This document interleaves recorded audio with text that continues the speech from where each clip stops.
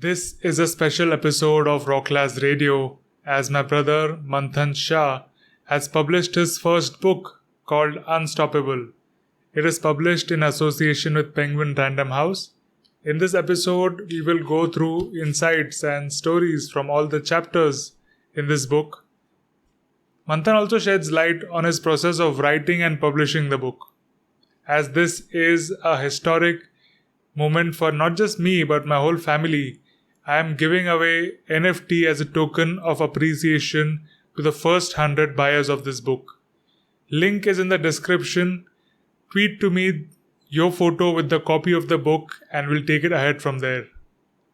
As this was recorded as a Twitter space, you will be hearing insights and thoughts from many other people. Enjoy the show. Hi, you are listening to Rocklaz Radio, A podcast discussing inspiring personalities and interesting things. This is your host, Tanmay Shah. Tanmay is an India-based NFT artist and an entrepreneur with diverse business experience. This podcast is self-sponsored. The best way to support this show is to buy his art, NFTs. You can also become his patron. Kindly share this episode on socials and with your friends.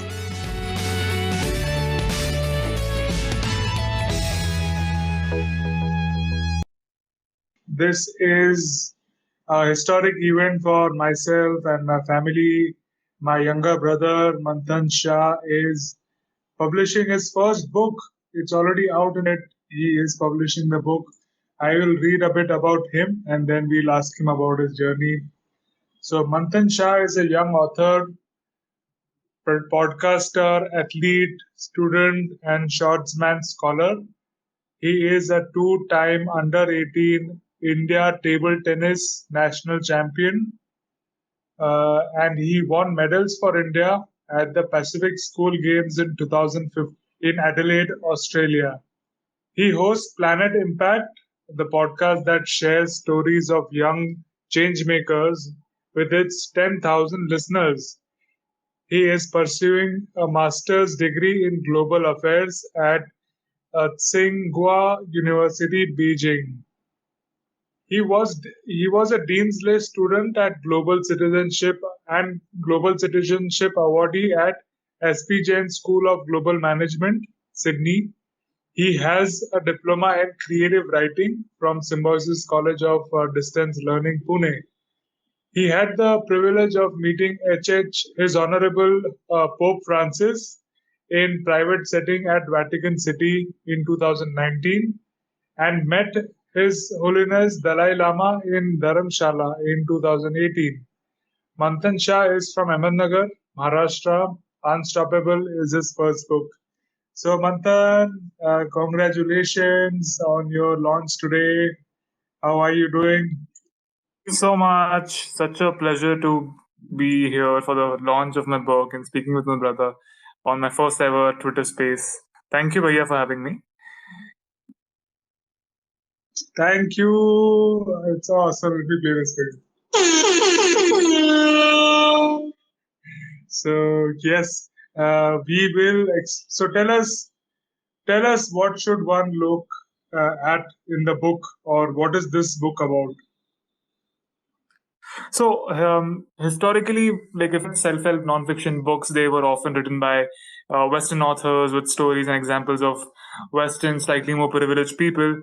And on the other hand, like growing up in India, the other books were written by slightly older people talking about, philosophy and like think big and how everything happens for a reason and like all that, which is great, which is nice. But I felt that there is a gap in self-help literature, which especially for the young people with concrete result-oriented things like call for actions, direction, and stories of other young people in especially in India. That's why I decided to write this book. And while you're reading in it, you should look for 40 stories of iconic youth overachievers in fields of social entrepreneurship, business, academia, sports, music, everything under the sun. They are 30 under 30 people, millionaires, and it's their stories. And it's not just the highlights and the parts which are like high only the titles, but it's also there about their lows, their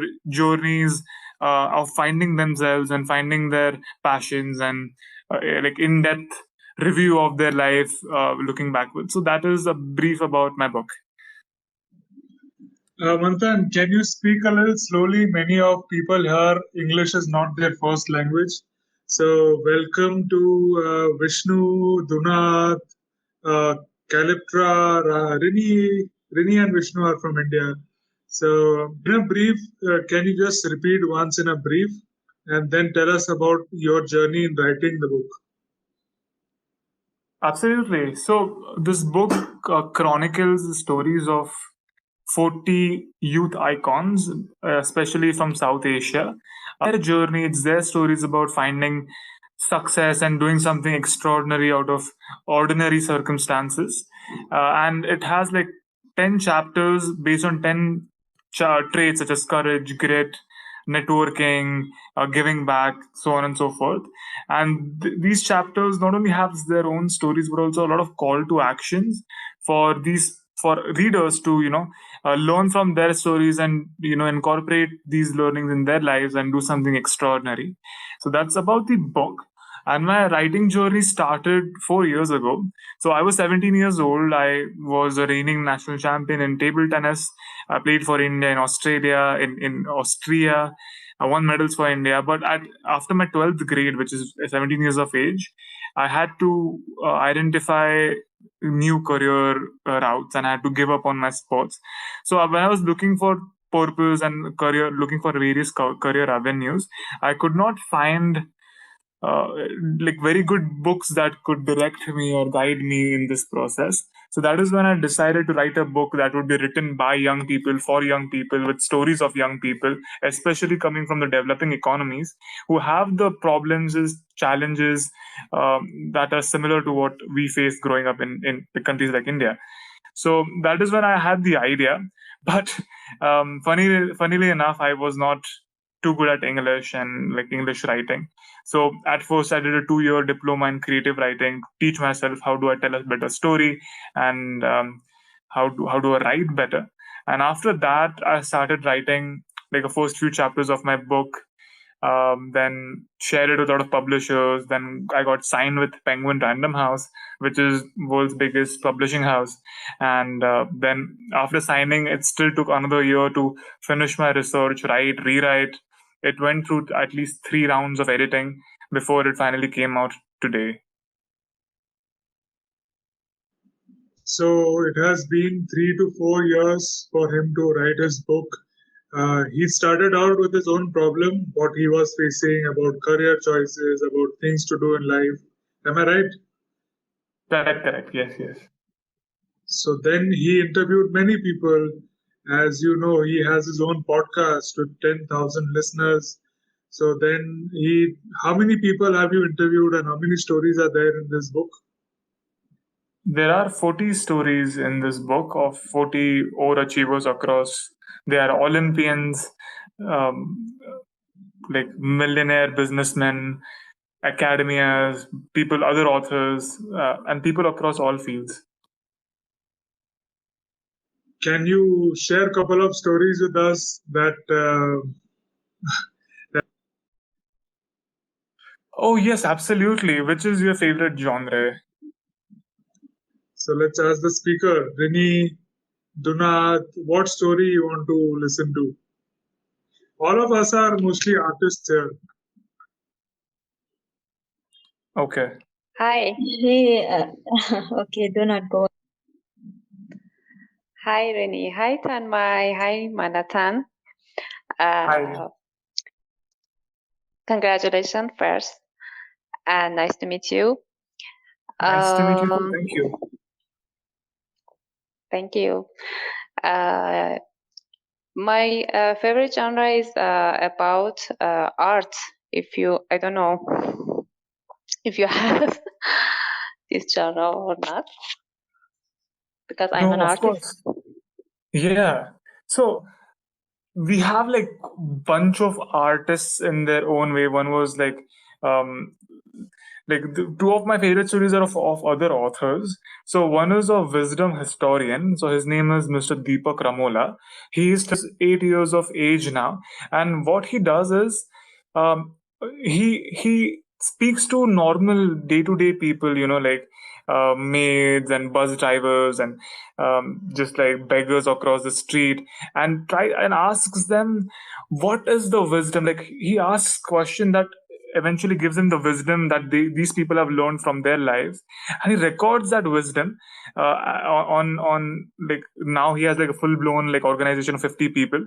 But and then he shares that wisdom with everyone in the world, and like every time you email him, and like if he replies back to you, like in the bottom of this email, like there's a new story about something new that he has learned.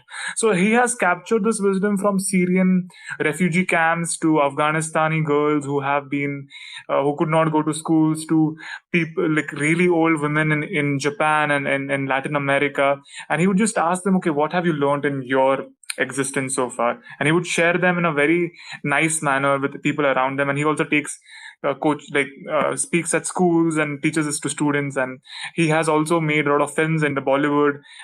So that is one. Second is, I think, another author called Gurme Kaur.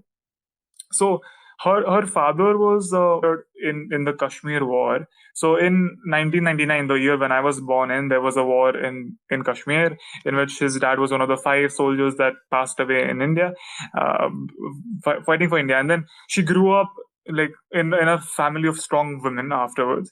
And when she was 19 years old, she came to a realization that that Pakistan did not kill her father, war did. So she made a video on the same, and then that video went viral, especially given how political scenario in India is and everything is targeted against Pakistan. So after that, she started a whole campaign about peace amongst nations and peace for like border control and all that. So this has led her to not only write 2 books with Penguin Random House, but also she studied South Asian literature at Oxford University, and now she's working on a 3rd book. So her story is really great because she had to overcome a lot of emotional challenges. So her story goes in the emotional intelligence chapter about how even if you face a lot of flack from political media houses and like political trolls, how you should be strong in your own skin and stand for what you feel is right. So these are the 2 art-related stories that come to my mind at first. There are other many more. Jazz Sethi is an performance artist and also the founder of Diabetes Foundation. So her foundation advocates insulin rights and rights for type 1 diabetic people with type 1 diabetes. So her story is about discovering type 1 diabetes and like using art to really make insulin and type 1 diabetes right more accessible around the world. So these are the 3 stories that come to my mind. But thank you for the question, though. That's very interesting. Person interviewing people who nobody even wants to talk to, like maids or other privileged or ignored or people like that. So I'm really keen on knowing what are his findings and what do the people think or what they have learned. Can you share? Yeah, so I'll have to open up his website to share that. But like in terms of my book, it was the book really talks about like his story goes in the chapter of grit, in which sense of purpose is a strong element in being gritty as an individual. And like in defining grit, I define what is purpose, and in purpose his story talks about his journey about like overcoming childhood abuses and trauma and like being bullied in school to really finding his voice in theater and art, and then finding channeling it in terms of talking to random people, understanding wisdom in their lives and sharing that in terms of storytelling. So in terms of particular specific stories, I'm afraid I'll have to really open his website and share that with you, but that is a bit out of the scope of my book.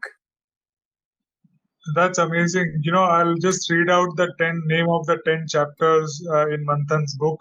First one is grit and perseverance. Second is courage. Third is creativity and innovation. Fourth is hard work over talent that applies to many of us: emotional intelligence, growth mindset, networking, leadership, confidence, and giving back. So, as can you tell us a bit from the hard work over talent? Oh yeah, absolutely. It is definitely one of my favorite chapters in the book. So usually, like growing up, I used to play table tennis, and I have often heard this thing that like I'm not talented enough, and that is why I won't reach many heights. But after absolutely working hard for 5 6 years, I eventually won national championships twice, and I could feel that in my own life. But like after I left table tennis, and I spoke to a lot of my friends of my own age, and I would ask them, why aren't you doing something extraordinary? What's stopping you from really living up to your potential despite all the talent you have? They they were just not accepting the fact that they have something in them. They were like, I'm not talented enough, I'm not gifted enough. So everyone has little proportion of talent in them, but it's really hard work which makes all the difference. And so the first really so that chapter is split into two parts. So number one, the first part is about being a non-conformist. So hard work is irrelevant until you stop to confine by the rules of the society. You have to firstly find your own path and find a way that stands, which is deeply rooted to your beliefs and principles. And that is where I share 2 3 stories about Ritesh Agrawal, about Dr. Karanjani, like a astrophysicist, and how even in astrophysics his hard work was more important than his talent. And then in the second part of the story, I talk about the 10,000 hour rule, which is popularized by Malcolm Gladwell in his book Outliers. But it's not the flaw in that 10,000 hour model is that it's not really about just the number of hours that you put in. It has to be deliberate numbers of hours you put in for practice.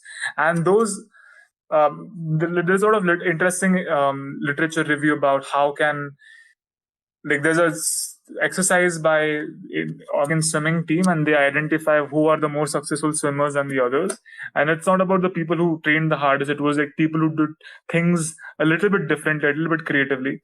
And then finally it concludes with story of just like another 18-year-old who swam 7 oceans in around the world, and like learnings from his stories. Interesting. Rini had something to say. Rini? Rini? Okay, so Wait, 1 second. I'm just figuring. Okay. Hello. Hi. Hello. My phone just froze. Hi Tanmay, hey Donald, Vishnu, Anand, Kalitha, and Manthan. It's really nice to meet you and Mantash. So first of all, I'm really proud to have somebody within my circle, like you're connected to Tanmay, who's publishing a book, and I think that there goes a lot of dedication and hard work into it, putting it all together. So congratulations on that. And Thank you so much. yeah, and also I like that you first found what was missing. Like you look for something and then you found there was a void somewhere, and to bridge, to fill the gap, you wanted to write a book, and for that you chose creative writing. I like how you went from backward, from the result backward. You took that part, and that's very interesting. Yeah. No, thank you so much. I think everyone, even I interviewed in the book, appear to be someone who have found their own path and not have conformed with the ones of society. So I think that's a trend amongst all the people who want to do something extraordinary. And I feel what you did is also very important, because the old ways doesn't work anymore. Like doesn't always work most of the time now. Like things have changed, and it's a lot about being contextual and personal instead of being competitive, just like that. So Correct. yeah, I agree with you. that way, yeah, very good work, awesome, great job. Thank you so much. I can't wait for you to actually read the book and tell me what your thoughts on which chapters landed well for you, which did not land well, and how can I improve in my next one. Surely. Let me tell you guys, it's an honor for me, for all my community, NFT community people buying my brother's book. So whoever buys this book, I'm going to give them a Tanmay Shah NFT to your wallets. I'm going to gift it to you. So I've mentioned the links on the tweet on top. Give that a retweet. It is available in Indian rupees as well as in the US dollars. So it's available all around the world through the Amazon website. Do check it out, give it a retweet. Let us shout out this space and retweet this space with the feather. So let us do that and bring more years to Manthan's work, what he's doing. So thank you so much, everyone, for coming in, and uh, let us take more questions from everyone. So Vishnu is from India. Cleopatra is from Russia. Rini Ananta from India, and Dunat is from Iran. So and Crypto Madonna. I think I'm talking to her for the first time, but you're all welcome to the stage, and let's hear from you. So Manthan, what? Let us go chapter by chapter from the end. So what do you mean by giving back? Yeah, absolutely. Also, meanwhile, anyone can just interrupt me, and if you have any questions, please feel free to jump in anytime. So, giving back is definitely one of very personally chapters close to my heart because I truly am passionate about social work and social entrepreneurship and non-profits. But often, you talk to successful people, and what sets apart is not that they are not takers. They are not selfish people who want to maximize their own benefits. They are often the people who want to give back to the community, help you out. They are selfless with an intention. So that is one of the traits that helps them become successful in their own lives. Like the more you give, the more you get is very true. Because once you start giving, you become more happy. Like it's an actual scientific fact. It's I've also put it in my book. But also the more you give, the more people around you in your community are rooting for you, and they want to see you succeed. So that is a very nice trait to have. So to give a complete a summary of the chapter without giving too much away, because I would love for you to actually read the book and tell me what you think. So firstly, we used to think that who are the givers? Givers are these Mahatma Gandhi and Mother Teresa type of people who just dedicate all their lives to giving and social work and sacrifice everything. But though you don't have to be a giver like that. You can be a giver in your own unique way, in which you just make connections, or you help someone in a small kind way, or in anything that you do. And that is what is giving. And in general also, life is not about winning a competition. It's more about contribution and how much you can help others, which in turn will help you. So that is the thing about this chapter. And this chapter also has how India is particularly well positioned to be a giver. Like we have in all Indian cultures, in Sanatan Dharma, which is Hinduism, which is the act of dana. In every Sikhism, Buddhism, even Islam, giving is a very major cultural part for us. And we also live in a collective society. So the more we give, the more goodwill we have, and that's how we become successful in our own lives. And this chapter has the story of these two social entrepreneurs from Nepal called Jesselina and Shubhangi Rana. Jesselina now studies at Harvard Law School, and Shubhangi Rana is a social entrepreneur in Nepal. So they came back from their undergraduate studies, and they were again finding their own path of what to do. And they decided, you know what, instead of getting right into a full-time career, let's take a few months, give back to the community. So they started Pad to Go, which is a non-profit which has vending machines, the machines that you corns and cold drinks from when you go to the movies. So they use those vending machines to supply menstrual or sanitary hygiene products in schools and colleges and movie theaters across Nepal. And their story led them to eventually become folks at under 30 and Jasina to go to Harvard Law School. And it's their learnings from their own life story.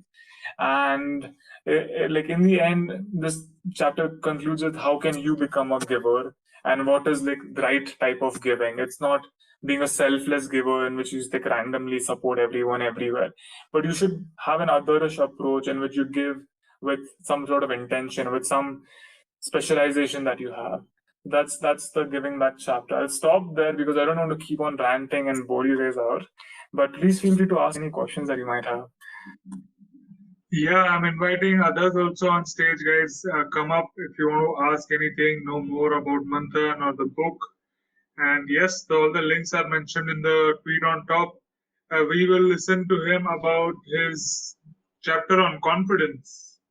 So it's like as a Generation Z person, like growing up in the age of Instagram, I used to think confidence is this like very brash sense of confidence of you fake it till you make it, and you're very loud and you're very show offy about how good you are at everything.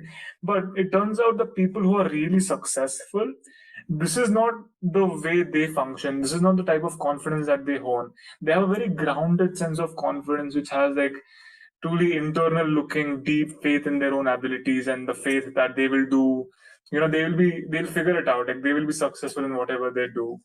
So that is the sense of confidence that successful people have, and that is something that you can develop in your own self too. So in the book I've talked more about some sort of an equation of what is this grounded confidence made of, what mean to be confident in a developing economy like India, and how can you, like there are some of your call to actions in which you can do to feel more confident about your own self. It involves a lot of reflection and also exposing yourself to a lot of rejections. So once you sort of condition yourself to rejections, then you feel more confident about being yourself in places which are not that inviting. But yeah, that's that chapter. If you want, I'm happy to dive deeper into what stories I've included and whatnot. Yeah, tell us one story. Sure. So one of the people is Devanshu Maulik. So he's the one you'll see like 13 to 15 illustrations in my book, and he's the artist who has illustrated all of this. So he has been featured on by Instagram stickers, right? Like Snapchat stickers, Instagram stickers. So a lot of the famous of these stickers he has designed it, and he's like only 20 years of age. He comes from the same city that I was raised in, called Pune, and actually his story to this astronomical success, commercial success as an artist, came unconventionally. So he got rejected by most top design schools that he applied to, and today more than 50,000 people follow him on his Instagram. So the difference that made, like the thing that made all this difference, was that he had this grounded sense in his own work. He like his mother was a psychologist, his dad was a photographer. He worked all the time. He worked really hard, but he did not have sense of direction.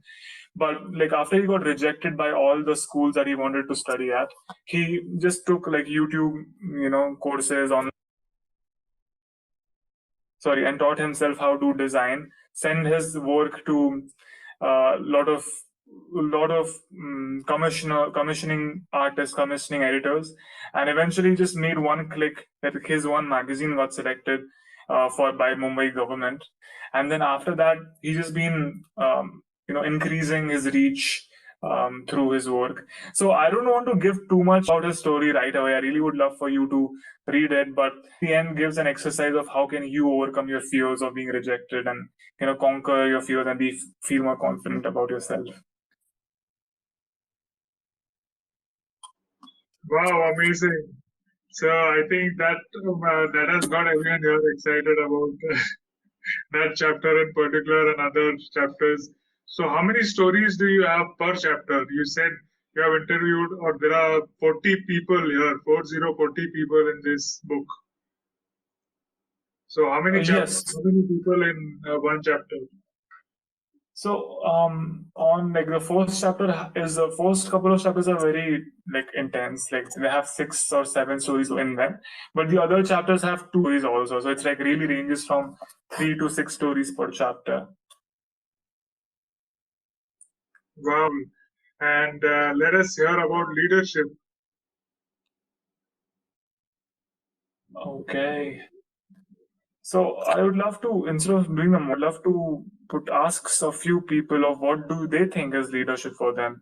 I see Triveni just joined in. I'm sorry to put you on the spot, but Triveni, according to you, what is leadership? Like good leadership qualities for you, according to you. She is not in the speakers yet, but we'll invite her up. You can ask Oh, Vishnu. sweet. Yeah, Vishnu, who do what? Hey, Tanmay, hi. Yeah. Can you hear me? Yes. Hey, congratulations, Manthan, on this achievement, man. I, I totally understand all the hard work that like right from the initial, the research that you would have done for the same work and interviewing, and like finally coming up to the final draft for a book. It really requires a lot of courage to do what you're doing and what you've done actually, and congratulations for that. And I'm Thank you very so much. intrigued that confidence is one of the topics that is written about in the book, and very excited about the stories that you'll be reading as part of this. And also, I was particularly excited as the book that I'm currently reading is also a self-help book, Atomic Habits. So you should be really proud of yourself, brother, and I wish you all the best. And I should also mention you sound a lot like Tanmay. So initially, when the space started, I was actually confused who is speaking because you both sound almost the same. Yeah. I have heard that before by multiple of our mutual teachers and professors. But thank you so much for all the kind wishes. I really appreciate it. Sometimes as an author, you like these kind of words mean a lot to us. Totally, man, totally. And yeah, I would love to ask a question maybe a while after, like the others speak right now, and I'll get back to it now. Cool. Sure. So like we're just talking about the leadership chapter, my findings in it. So like like throw some words at me of who do you think is a great leader, or what are the key leadership skills? What is leadership according to you? Leadership, according to me, okay, that's an interesting ask. Okay, off the top of my head, I would say leader should be a person who's okay. The only word that pops into my head when you say leadership is community builder, and yeah, I guess it's like someone who should be able to take up a lot of responsibilities, because a leader is not just a person who speaks for himself, but he speaks for a whole bunch of people, which is which is responsibility times a number of people. So yeah, that's what that's Noted. what. Yeah, noted. That's a good shot at it. Like definitely, I agree with you. Anyone else wants to give a shot? So I used to think as an athlete, table tennis, like in sports, leadership or like coaches used to be very abusive or very harsh. So for me, I at first as a teenager, I used to think leadership is like about being an authoritarian and telling people what to do and like moving my weight around and asking like micromanaging people. But after speaking with all these amazing leaders, young leaders, it turns out like effective leadership is not really about telling what to do and like micromanaging, but it's really about being some sort of a servant leader, but some sort of a person who leads, who shows like he shows firstly like a north star for everyone to achieve, and then he supports, like he's some sort of a cheerleader for others to achieve that goal, and he supports them to win in those situations. So I start this chapter with Greta Thunberg's story about how this young girl who has an asparagus syndrome, in which she finds it hard to interact and communicate with others, still go on to become one of the greatest leaders of our generation. And like based on a research by Marshall Gans, he is a professor at Harvard University. Leadership can be said becomes forms of three important things, which is taking the initiative, telling a good story, and leading strategically. So taking an initiative is like not really waiting for the final, perfect business plan, perfect things to arrive. It's just like, you see a problem, you go head first and try to solve it. I give an example, a story of Melati. She is one of the most influential teenagers in the world by Time magazine. She was 19 years old when she started, when she compelled the island of Bali, Indonesia, to ban the single-use plastic bags and styrofoams there. So how she started by making a thorough, comprehensive plan, but taking an initiative.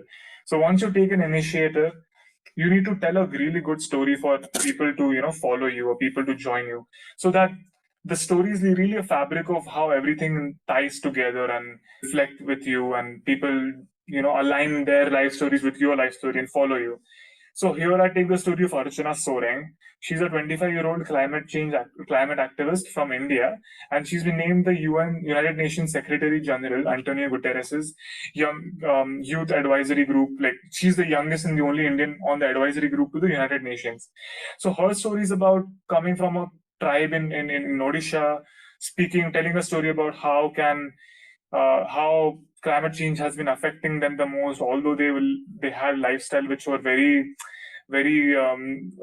environmentally friendly, and she's trying to share her story on the global stage on the United Nations and trying to curb climate change. And once you have the second part about leadership, the third element I found was about leading strategic. Because as a leader, the resources are often scarce, the money is scarce, and you need to really motivate a lot of people with not a lot in your pockets. So how do you do that? How do you prioritize things, allocate resources, educate people, delegate work in which everyone under you is a leader in themselves? So here I tell the story of Rishabh Shah. He is the founder of India's international movement to United Nations, and he has like his startup is known as the world's largest non-social community. So it's not like a social media community, but like in real life, it's the biggest youth community. So this is a chapter, and then I talk about what makes a good leader and how can you become a good leader. And then it ends with the story of Narayan Murthy. He's the founder of Infosys, in like one of the biggest companies, IT companies in India, and his what was leadership for him. So that's basically that chapter. I think I'm giving too much away of the book already. Like, this is my first talk, and I've already given out 4 full chapters of the book. Would love for you guys to actually buy it and read it and find these gems of stories and insights for yourself and tell me how you like them. Well, chapters are more than much more. Have got much more insights, and you have given just the top of it for people to get more curious on seeing that. So we are joined by more people in the room. I'm just shout out to everyone who has joined in. Thank you so much. Let us retweet the space, invite more people. And Manthan, good news. Rini, who was here talking to you, just bought a piece of the copy of your book. So this is for Rini. So, Hey, thank you so much. so, so guys, just a brief. Manthan's 22 years old, my real blood brother, younger brother, and he has written a book, and he has published his first book, and I'm so proud. The whole family is so proud. You all are participating in a very historic space for me personally, and of course, for Manthan and for the whole family. He started out this book for solving problems or finding clarity in what he is finding himself. So he went around, he has interviewed many people and compiled that into a book, which is launched today by a leading publisher, Penguin House, in India. Yes, Dunath. I have a question. As you know, Amazon is banned in Iran, and we can use it. We can buy from Amazon. I have a question. If I can I have a book and I pay it on your wallet or something? I don't know. Yeah, Dunath, I will send it to you. I will send it to you. Don't worry. Okay, thank you. Well, I can since Tanmay and I live in the same house, I can actually sign it and write something for you, and we can courier it to you. Wow! Yeah. Yeah, that would be so good. So Dunath has the third sale in this room. So thank you so much. Yeah, guys, we are just sitting in two different rooms in the same house and talking. So if you all want a signed book, let me know in the DMs or anybody. I will deliver that to you at your home. Or if you want a Kindle version, you can download from the pinned tweet on top. And physical book is also available. And I've also added a tweet over there about the chapters in the book. So you can check out the chapters in the book. I will just read it out for you. So there is grit and perseverance, there is courage, creativity and innovation, hard work over talent, emotional intelligence, growth mindset, networking, leadership, confidence, giving back. So Manthan shared insights with us from giving back, confidence, and leadership. So welcome you all to interrupt us anytime and ask your questions. A big shout out to Kiran here, and I'm sure I would love to hear his views and his. Manthan, you should ask him questions. He has many years of experience in the corporate business, in finance. He's a CA, and now he is into the NFT space. Very well read and very well heard. So welcome, Kiran. Hi, it's a pleasure to meet you, Kiran. Hey, hi, Tanmay. Firstly, I think congratulations. Tanmay, you can just check your DM and then we'll talk. That wasn't very clear to me. Could you repeat? I just said you can just check your DM and then we'll talk. Okay. So I still didn't get it, but I will check the DM. I think he's outside. So yeah, talk to you soon. Manjushri, welcome. Come up. Let's hear you. Niho, Marina, Elada, Anastasia, Betty V. So come up. Lily is also here. So we have got a global audience for you, Manthan, today. From all parts of the world, people are coming and joining and listening to you. So we will. Triveni was here. Yeah, I saw her, but okay. So you can, if you have any questions, please pop in and ask. Or Manthan, we can go with the chapter on networking. So networking, as we know, we always discuss on the spaces, Twitter spaces. Let's hear what Manthan has written about networking.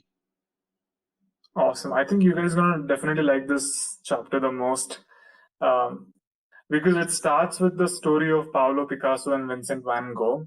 And basically the story is about both distinct and easily identifiable, and both were really ahead of their times, and now today both of their paintings are sold for tens of millions of dollars, if not more. But at the time of death, Vincent van Gogh died penniless. However, Picasso left behind an estate worth of $750 million, which is 6,000 crore rupees in India. So what made this difference, and why was Vincent van Gogh so poor while Picasso so rich in their lifetimes? Although even today their art pieces are sold so highly. So I think the only difference, or one of the major differences, comes when for the fact that Vincent was a loner and Picasso was really affluent, well-spoken, highlighted individual. And who spoke with peoples across geographies, industries, social structures. So Van Gogh had only his brother as a node, connection to the rest of the world, while Picasso had just all the networks available for him, for his paintings to sell. So this is probably the difference that would make your own life. You all could be the most creative people on the planet, but if you don't know the right people, then your art and your books or your creativity would be only limited to a small number of people, and you might never be identified or recognized for your work. So this is why networking is important. And after I start that chapter that way, I go on to talk about what is networking, the meaning of networking and what does it mean in the post-COVID world. And it has like my own story as a kid from a town in India who was in Singapore for a first semester like my university. It literally had no connections whatsoever and really wanted an internship, paid internship that too, but I did not have anyone to ask favor. So eventually I had to make my own networks and I have to identify my own I have to identify my own, put my foot into the door. So how did I go about it? So then there's my story, and it's woven together with what literature talks about giving back. Then there is another story of Akash Singh. He's a 19-year-old kid, and he also came from a small town. Then he had an idea about connecting the jail, the jail with the temple waste, and sending the waste that we produce in temples to the convicts in the jail, and asking those convicts to make art pieces out from the collected temple waste and then selling it. But his idea was not being picked up at all, so he kind of networked and developed that idea and kind of built his own audience along the way. So that was the story about Akash Singh. And then I talk about what are networks. So network is not really anyone and everyone that you know. It has to be very strategic. So here I talk about horizontal networks and vertical networks. So basically, horizontal networks is like hanging out with people who are just like you. Most contacts have similar levels of experience. It could be just you and your school friends and college friends who are all at the same level in the social hierarchy. But that is not very helpful. Like, you can now imagine the poor Vincent van Gogh in the south of France, along with his really very few limited artist friends. Yes, I see your hand raised. Yes, Manthan, Vishnu, our friend here, has something to say. Please, Vishnu, Yeah, tell it yourself. Vishnu. Vishnu, tell it yourself. So he has sent me a DM. I'm waiting for him to hear for you to hear in his own voice, but I think he has got to go. I'll read it out to you. He says, congratulations to your brother on his achievement, the way he's speaking, the confidence. He has a bright way ahead. I have to leave the space now, bro. Convey my best wishes to him.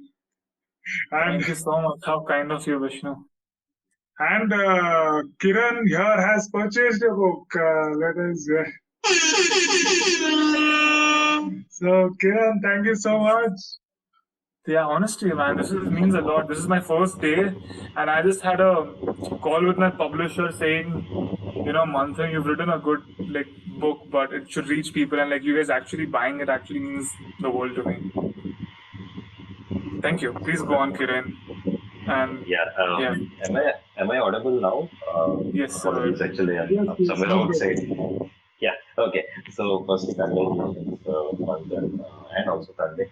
And thanks, Tanmay, for sharing about this space and making this happen actually for your brother. I know it means a lot for him, but for family, for you and for the rest of the family, it's a proud moment for your parents for sure. So I'm so happy, and I'll have a copy of Manthan's first debut as an author actually. So that's actually really fantastic. I was just listening very keenly on every word that he was speaking about the level of knowledge that he has already captured and encapsulated in the book. So I definitely look forward for not just this book but a lot more success and a lot more books and best wishes to you. And thanks once again. I have to drop. I'm waiting for another call, but I'm just not going to pick up the book. Then I'll come to speak. So best wishes and congratulations. The last sentence you said got cut. There is sort of sound of a wind from your end. It's windy, it looks like. I think you're traveling. Yeah, man. Yeah. That's right. So my voice gets broken and quickly. No, but I personally want to thank you again. It's really very kind of you. And thank you again, Tanmay Bhaiya, for organizing this space. And it's really nice to see you all. Thank you again, Kiran. I can't wait for you to actually read a few of the chapters and reach out to me and tell me what you liked about it, what you thought could be better, and everything. Like, thank you again. Oh, 100%. I'll definitely like it. And personally, I'm an author, so I exactly know and resonate with every word that you'll be making in. So I'll touch base with you soon once I get the Yeah, thank you. Take care. Bye, guys. Thank you. I'm getting goosebumps. I'm actually getting goosebumps to listen from you all and seeing this much support from our community. Seriously, thank you all. Just before the space, Manthan was very upset with his publisher. She was like, "We have published the books," and she was complaining and not giving any support or compliment to Manthan and talking on negative things. So he was a little upset, but listening to his voice now compared to it before, it has changed. I feel so happy for him and his boy. Yeah, he's feeling so. I'm feeling so happy for him. So yes, let us go ahead now. Let us listen from Dolaf is.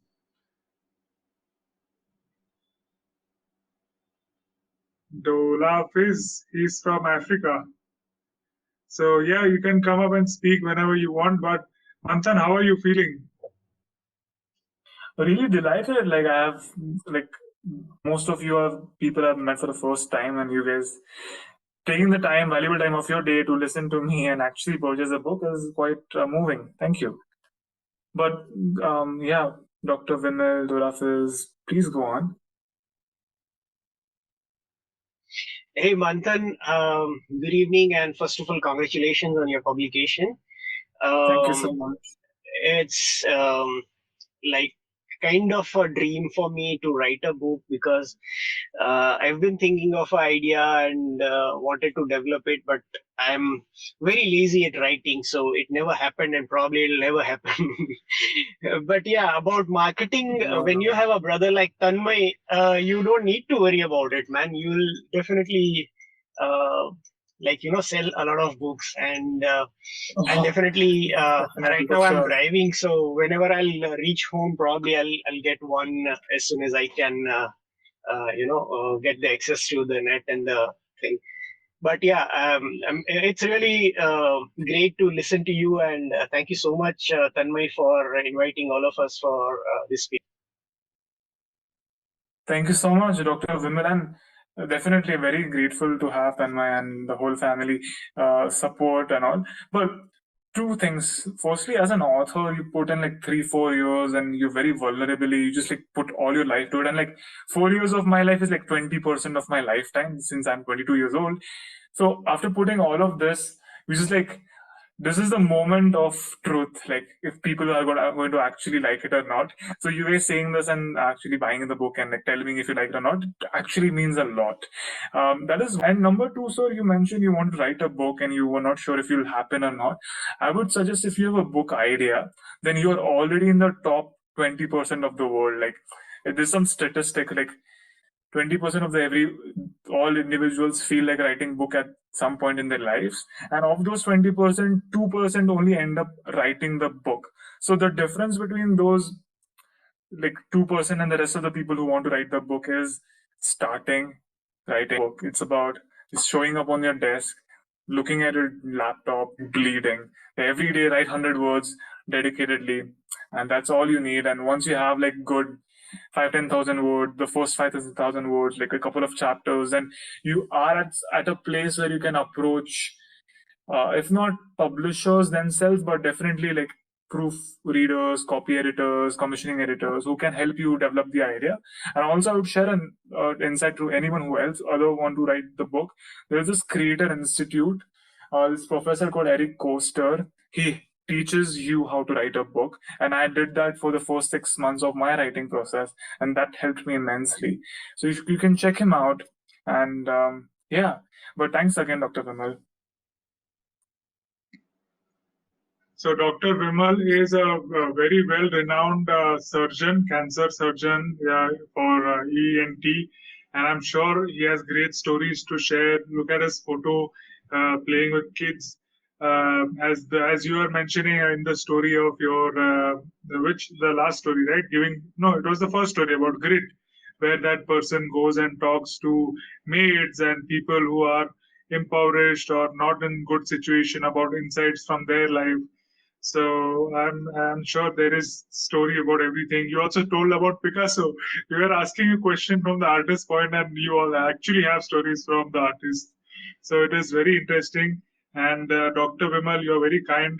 You're always very kind to share, come up and share. And yes, do let us know about your insights from the book or what you liked and how you enjoyed. All the links are on the tweet on top. And whoever is buying my brother's book, I'm giving a special NFT to all just as a thank you, because this is a very emotional and historic space for me personally, because it's his first book. And in our whole family, in generation to generation, there is no one has written any book. Like in all of our relatives also, I don't know of anybody who has written any book, and he's the first person not just to write book, but many first. He has many first things in under his belt. He has a colorful feather of hat.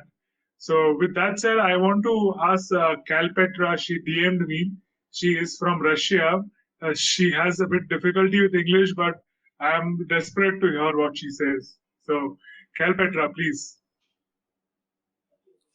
Hello everyone. Good evening, Tanmay, Manthan. First of all, I want to say again, congratulations with this release. And I don't understand too much, but of course, everything you said, Manthan, about any chapter of your book that you mentioned, I'm quite interested in what there is written in all of them, and of course, for anyone now, it's very important topics. It's very read how to grow, how to be successful in any sphere that we are nowadays, and maybe even any one of us can be successful in future in NFT, because it's new, it's really non usual for most of us.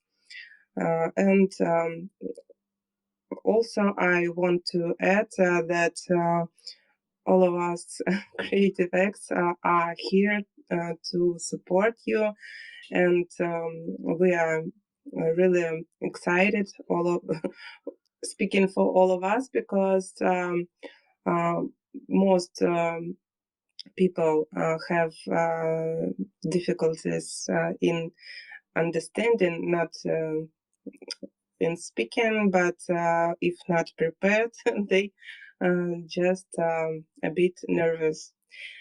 So I am congratulating you again, and of course I understand this is a huge step.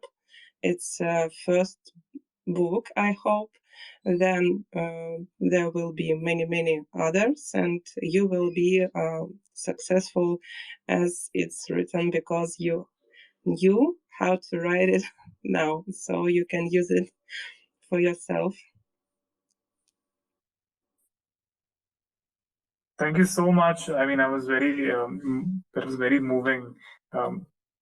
Thank you for sharing that and being on the call, and just like, I hope the book gets translated to Russian, maybe, so everyone who is looking forward to being successful can, read more of these stories. But thank you again, Kalipetra.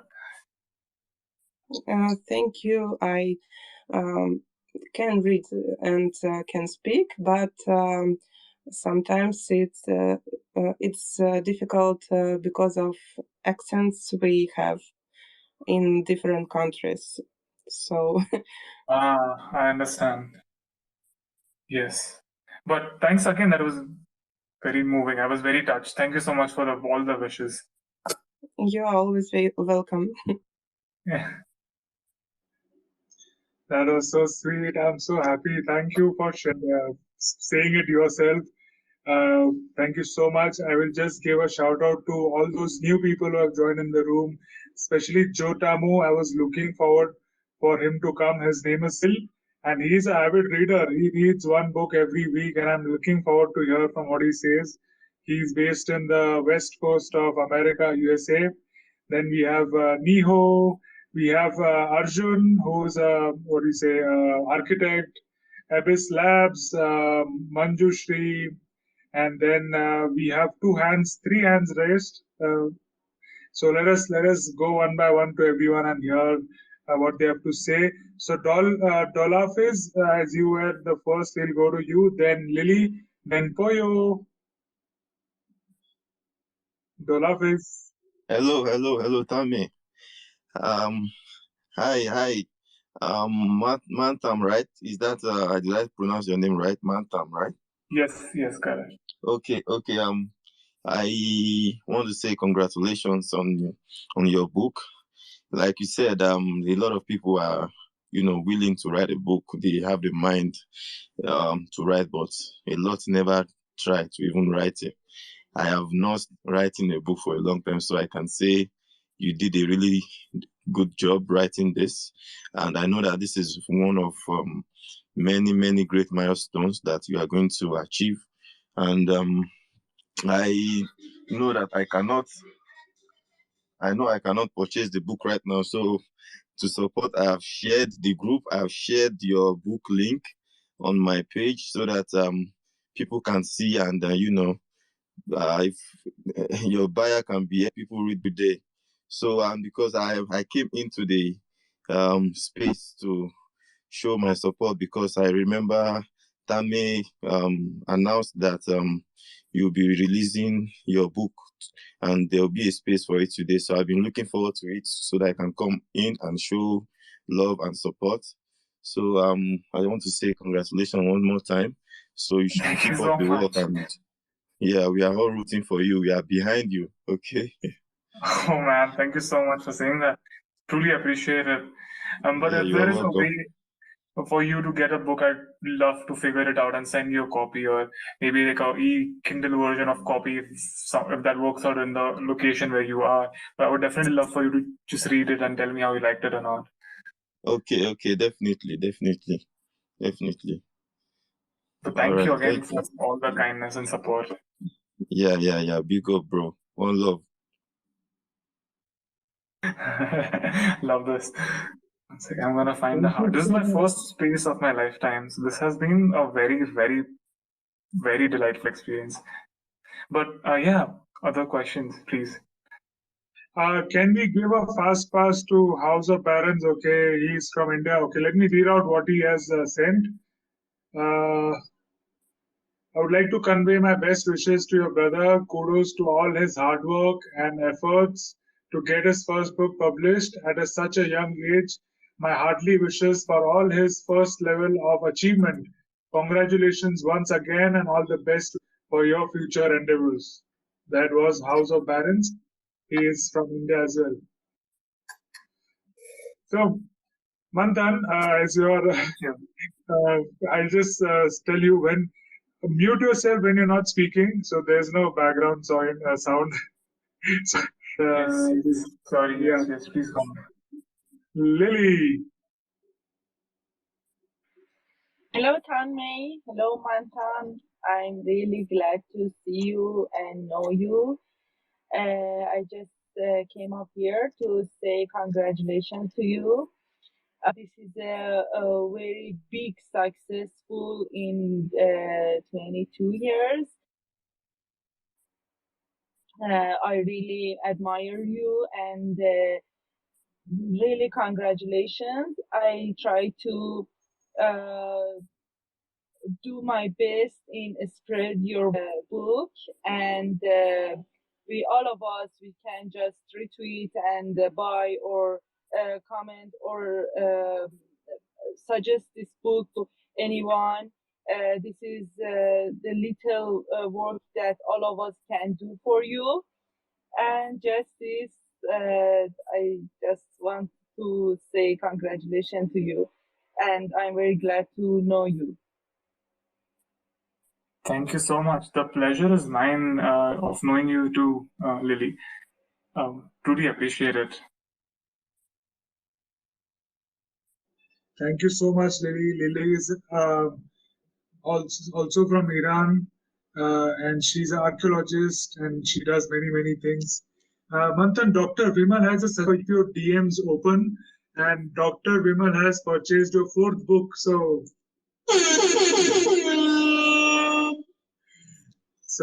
in the settings of your Twitter, there will be a setting to change, open your DMs. So people, 2-3 people want to reach out to you in your DM, so they will contact you. Yes, Poyo. Hello. Hey. How are you doing, Tanmay? Very good, Poyo. How are you doing? Awesome. Thank you. I'm doing good. Just came home and I thought I'd jump in, see what Tanmay's brother is cooking. So, Manthan. Are you from a Spanish-speaking country? No. I'm Iranian. Okay. Yeah. Oh, okay. Yeah, I just know a couple of Spanish words that are not good words, so. I relate with you. But please go on. Thank you so much for joining today. Hey, I'm really glad to be here. It's so nice to see the youth doing good things. So you've written a book, it's published, and it's about how, hold on a second. So how the youth icons achieve extraordinary things. Now I want to know, why did you choose? Tell me how old are you first, and then tell me why did you choose this subject to write? Yeah, absolutely. Great question. So I'm 22 years old now, but I'll be 23 this month. And I grew up with, why I chose this book is when I was from age 6 to age 16, I used to play table tennis, which is ping pong, and I wanted to become an Olympian and play for India and win medals for India, bring glory to my country. But after playing it for 10 years, like by the age of 16, 17, I was twice national champion. I played for India in Australia, in Austria, but due to service, I had to give up on my sports. I had to find, identify new things that I want to do, career avenues, and how, like, feel for myself of how could I become successful and achieve success which compensates my dream of being an Olympian. But I could not find it, and I was just like a loss of inspiration on how do I become extraordinary and how do I do something which is great, especially coming from a developing economy like India, which we have our own issues, circumstances, infrastructural barriers. So that is the problem statement I had, and I could not find a good book on it because most of the books were written by either American or Western authors, which were very, what is the word, like, it was like condescending. It was like they were talking from a very high land, like sitting in their chairs in United States and talking about what is success for an American. But that does not mean that we have the same resources in India to reciprocate the same thing. So I could not relate to those books, and other old, very philosophical, very not concrete. So I was like, I want to write a book for the young people, with the stories of young people, with a young voice of my own, and like call to actions that young people can understand and write in a language is easy to follow. So that is the motivation behind the book. Nice. That's very nice. I admire that, and that is beautiful. Thank you for doing this. Oh, thank you so much. Yeah, you're welcome. And I hope you be successful and write many other books and inspire generations. Hey, Tama, you got a great brother. It was really nice being here, man. I gotta run and gotta talk someplace else. So I'll see you guys soon. Thank you so much, Poyo. That was a lovely question, and thank you so much. It was a lovely answer by Manthan also. He's an amazing photographer. So maybe in your future books, we can use some of his photographs and illustrations from people in this space. So yeah, thank you so much. I would love that. In fact, happen to be in the same country, would love to meet up in person. Yes, thank you so much. So, Phil is here, Joe Tamu. He is an avid reader, and I'm looking forward to hear from him. Hey, Tanmay, thank you so much, man. I really, really appreciate being here, and wow, what an incredible milestone, Manthan, for writing this book. You know, it's everybody has a story, everybody has something to say, because everybody's perspective is always different. There's really no one direction. There's no one truth. But you know, on top of the congratulations, I had a question for you. You know, when you're writing a book, there's usually a part of the writing or the chapter that really gives you a hard time. What part of the story or the chapter did you feel like there was a little bit of struggle? You felt like you're stuck, and it's when you finished it, you felt like, wow, that was something. Thank you, Phil. Thank you so much. That's a very good question. So one chapter in particular would be the leadership one, because at first, like, as a 22-year-old, even I don't know what real leadership is. Like, I just don't have the years of life experience to talk from experience on this is what good is. So they were like in the literature review of like social sciences and leadership. There are like multiple frameworks of leadership, but I could not relate to any of those. The finalized chapter in the book is probably the fourth version of the same chapter. I wrote like various versions of the same chapter with various starts, various beginnings, various ends. But to arrive at this one, it was like really the last week of my submission. I was like, I have to get it finished, finalize something. And that is when I, just like in 2 days, I just like I just like forgot eating, sleeping, rewriting, editing the same chapter. And I think it has come out very well. It has, all the stories are fit in very well. And I think that's one chapter for sure. But other like a quirky answer to that question would be in the book, in the end, we have to write the acknowledgement section. So after the book was done, like I took me 10 days to finish that acknowledgement sections. I just had so many people to thank. Like so many people I was indebted for to have come this far. Like a lot of people, strangers like yourself, who went out of their way to help me get that book contract, book deal, finish a few chapters, get interviews by really famous people, help some way or the other. So just like so many people to thank and feel grateful for, such as all of you here. So that it took me 10 days to actually start, finish the acknowledgement section too. But yeah. Wow, that's amazing. Yeah, I always wonder because those are like when you talk about leadership, that's where really, a lot of the discoveries come in, and I can't wait to get your book. I'm definitely going to buy it. Is it on Amazon? It is, yeah. You can use Amazon.com link. That's awesome. I'm going to do that. I've added the link in the fifth thread of the pin on top. You can get a physical or a Kindle version from Amazon.com in US dollars. That's amazing. Congratulations. That's I know there's more that's going to come from you, and I'm just so glad I have a chance to meet you. Thank you. The pleasure was mine. Thank you so much. Thank you so much, Phil. Phil is also my collector. So it's always very wise to hear. I mean, it's very nice to hear from him about his reading, about his insights.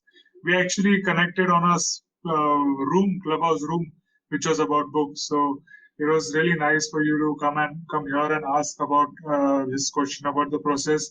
So Manthan, it was a struggle. I've seen your struggle close by of redoing the books again and again, the stress that you would be in about submissions and how it will go, how it will impact other things. There was so much tension and stress with you. So, can you tell us a bit about the start to end process and what struggles you face and how did you overcome? Or how do you feel about it now? Yeah, absolutely. So, firstly, writing is a skill that I had to acquire. It was not like a gifted skill that I had growing up, and especially in the third language, which is English. So, right from learning how to write good, tell a good story, to writing a good few chapters, people, transcribing those their interviews into stories, which and then further refining them, and then like knitting stories together in chapters and researching the chapters and adding more stuff to those chapters and then adding call to actions and then further refining it, sending it to publisher, checking for the citations and references and similarity ratios. And there were like three editors in the process, like my commissioning editor, managing editor, copy editor, who all read the book once, shared comments, made edits, asked me to send, like it was a lot of back and forth. Then after that, there was an editor called a typesetter. So they turned the book from a Word file, like Microsoft Word file, to actual, the copy that you will read. And then after they do that, you like see that on the like Auto like PDF folder. And then when you like look at it into this new font and like how it look in the book, you find more errors and things that you'd like to change and edits that you'd like to make. So like all in all, I would have like this is probably a like 280 pages book, but I could have probably written this whole book 3 times from scratch in terms of actually getting to the final product. And also like after putting all of this, there is also the anticipation of how will people like it. So that is definitely something I am the new type of stress that I am in. I wouldn't call it a stress, but it is like a very new experience for sure. Awesome. And for information of people, he's just 22 years old, and whatever he's talking about was done in his undergraduation. Like couple of days back, he gave his fourth year final exams, and he wrote his whole book side by side in his college, apart from all the assignments and all other things which he was doing side by side, running a podcast, always coming up with new things, helping in NGOs. So many things were you doing. What am I missing? So yeah, and that was really interesting. He had an idea for a book, and then he went to many publishers, and many publishers accepted his offer, and then he signed the deal contract with Penguin Random House. This is the one of the world's most famous publishing houses. So that aspect of the business, that aspect of publishing, is very very interesting. And if somebody wants to know about that, do contact because it's a whole new ball game, isn't it, Manthan? Yes, of course it is. And like 3 years ago, 4 years ago, my hairline used to be much closer to my eyes now. A lot of hair have given up on me. So it has like physiologically transformed me as a person. But yeah, thank you. So, Manthan, you talked about chapter on networking. Let us hear about a growth mindset. That is another chapter. So, guys, I have on the sixth thread of the tweet, I've mentioned the content of the books. So, do check it out. We have four people. We have made four sales today, right here in this space. And thanks to all of you. Whoever is purchasing his book will get NFT, Tanmay NFT from me as a token of happiness, appreciation, because this is a very important event personally in my life, because my younger brother is publishing his first book, and it's a big deal for my whole family. So do check it out. Give this room a retweet and check out the book. It is available across world in different. You can purchase it in American dollars or Indian rupees. Both the links are in the thread itself, and you can also get a Kindle version. So Kindle version you can download and read on any device anywhere. And we are going to send a book to Dunat. I'm going to ship it to Iran. So if anyone has a request like that, do tell me. I will do that for you. So thank you once again. Manthan, let us hear from you on the sixth chapter of growth mindset. Yes, of course. So Well, one of the things that I learned after interviewing these 40 amazing overachievers was that they did not have a mindset which was fixed, which was that the abilities, like the talents that they're born with, are fixed in nature and that they cannot be changed. They had the mindset that whatever they have at that point in their life is just the starting point, and they can build, grow on anything that they have right now and like overcome anything. So this chapter starts with a story of this entrepreneur in the Kashmir in Ladakh region of India, and how like in that region the education system had failed a lot of people because the education system's language was in English or Hindi, but the people in that region don't speak either of these languages in Ladakh at all historically. So earlier, like 95% of the government school students failed their high schools. 95% students failed, and only 5% students passed. So this 22-year-old entrepreneur then started teaching students in that region in their own language with very unique type of teaching. And like after 30 years, the so-called failures who had failed the high school eventually went on to become movie stars and artists and filmmakers and so on and so forth, and like social entrepreneurs. And the name of this entrepreneur was Sonam Wangchuk, and he really transformed what was Ladakh's educational situation back then. And he said they were not failures; they were just not there yet. So it just means that like we can't label ourselves as limited or like fixed wherever we are at. It's just like growth. It's just like we're just not there yet. We just have to keep growing and have a mindset of growing and learning all the time. So this is where the chapter starts at, and then it talks about intelligence and how in India intelligence is measured on the scale of your grades, and how limited that is, and how we should look over that. And then a lot of research, like I did a survey of 300 students about their aspirations and what are the barriers that they faced, and like it has like a lot of my findings from those research points on how our understanding about our mindsets. Then there is a story about Achyut Jai Gopal. So I don't know how many people of us are from India or have heard this band called When Chai Met Toast. It's a very famous indie music band, and this guy is the founder guitarist of this band, and he taught himself how to play guitar at a slightly older age, like 16 years old. And then like by the time he was 21, he was already playing in the biggest festivals around the world. So it's his story about growing. Then there's a differentiation between what is a growth mindset, what is a fixed mindset, and a perspective from two mindsets. So I'll make it more interactive. For anyone who wants to answer, I'll give you a situation and tell me how would you react in that situation.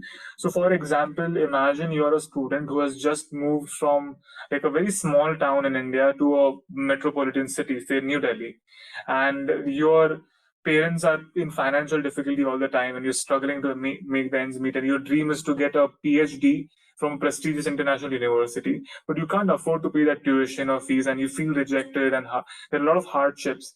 So how would you, like, you're in this new town all on your own, so what would you do, and what are the things that you would do to reach that goal?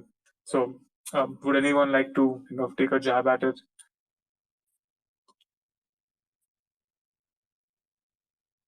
I think I put people to sleep. If yeah, sorry, go on. Also, you guys should feel free to interrupt me anytime if I'm too boring. Or Hey, yeah, I'm please gonna, go on. so you've moved to a new town and you don't know anybody. You don't know anybody, and you don't have enough resources financially, and you feel there are a lot of rejections on your way. So what, like, how would you do, take the next steps of achieving your goal of taking a PhD degree or becoming a civil servants officer? Yeah. So I think one of the first thing is obviously a community is the first thing, regardless of how, this is how I look at it. If I go to, I've never been, if, for example, if I go to like, I go to Shanghai or something, or, somewhere in Australia, a mind institution. And fortunately, it's tough sometimes if you don't have any beliefs or in certain things, but if you're Christian or if you're Muslim or if you're Hindu, whatever, just find one of those in those areas, and that's where you will start building by joining a community, and then slowly that community will help you kind of assimilate to their neighborhood. It's always the best thing to do, in my opinion. And then from there, they will give you, exposure to go to the right locations, where to get stuff, where to get a head start, where to find a place to stay. Community is always the first part to start, in my opinion. Thanks. Okay, thank you. That was insightful. Wait. Yeah.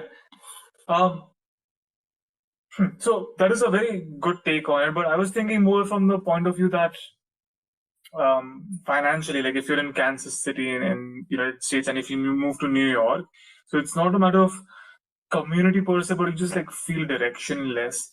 But definitely finding a community could be a great first step to take it. But like I interviewed someone in this story for this story, like he had the same exact situation, and it wasn't like he was in a college and he was in a community, but he did not find a path to achieve the extraordinary things that he wanted to achieve.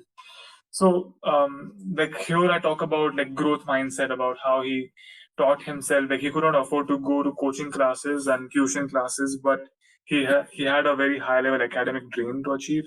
So how he taught himself a lot of course material and tuition just by reading newspapers or like freely available material, prepared himself for the exams, and like got like won the gold medal in his university, and then eventually became a civil servants officer, which is like one of the most difficult exams in India, to become an IAS officer. So that's his story in the book. His name is Himanshu Gupta, and like so I think you'll really learn his story in person in the book for sure. But yeah, Tanmay, sorry, you were saying something. Yes, so Phil, who just asked to share his views, he also has a personal story. I'm sure he has something to share because he is in US now, I think in Los Angeles, but his origins, or he has come there from Kenya. So I'm sure this will be relatable to him, and I'm sure. What do you think, Phil? Oh wow! Yeah, I did not sorry. know that. That's so good to hear. There's a little noise in the background, some landscapers here. But if it's too loud, I can pause for a minute. But yeah, I came to the US. I wasn't actually supposed to be in the US. I was like probably the worst student, and in Kenya and other parts of the world, I know you can relate. If you're from out there, school is like the number one thing. Your grades determine your existence. If you have bad grades, no chance. If you have good grades, then people actually pay attention. I was the kid with the bad grades. It's like when you go when you're going to a holiday when you're a kid, and then you come back, your grades are on display to the public. The whole school sees your grades. And every time I looked for my name, I had to scroll all the way down to one of the last people. And that was my experience. I just felt like there was no hope. But I remember when I had the opportunity to go to the US, I felt like, okay, this is maybe a second chance I could try. And I just made the commitment. What Manthan is talking about, this idea of mindset, I decided to I remember sitting in the plane and I told myself, hello, I'm gonna just, can you hear me? Yeah. Yeah. Sorry about that, Nika. Yeah, I just said, I just have to change my mind. I just have to forget about the grades and just completely embrace change and transform myself to become a new person. It's just a really powerful decision, because the painful thing about that, you have to let go of a little bit of who you are to pave way for a new person. And that's the hardest part about change. So I think I've been running with that until today. So that has helped me really adapt to environments and and kind of shape my future based on this idea that I am not going to be the same person next year. I'm going to be completely somebody different. I mean, I'll look the same, a little older, but, you know, more refined individual. So yeah, thank you so much, man. That's really, it's a little bit about my brief journey. And that's why I was giving the example about community. I just found, I didn't know anybody when I came to the US, and I was alone. I had $200. I just went to a church, and I just, just stayed there and just slowly started meeting people here and there. And, people want to help, then they'll tell you how things work and what you're supposed to do. So from there, it just keeps going like that. Along the way, there's going to be some bad people, but, you can even take good things from the bad people too, and just change your life. So it's a little crazy, but you can do that. It's very possible. But yeah, that's a little about me. I don't want to take over the mic, but thank you so much. Manthan, what would you like to say about that? It's a very moving story, and I love your story because that's such a real transformative and growth story. Like, often after speaking to a few of the very successful people, like the Forbes 30 under 30, a few of the Forbes 30 under 30 people I spoke to, after speaking with them, I was like, not as inspired because everything in their life was kind of given to them. But as you shared your story from Kenya and overcoming your obstacles, and the growth that you have showed is far more moving and inspiring than a lot of people you might see in the newspaper. So kudos to you on that.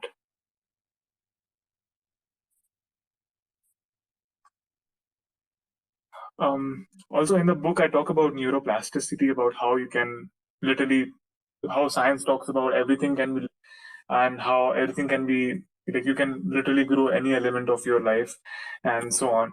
But I feel I might be overburdening you with a lot of information all at once in one call, which took me 4 years to write.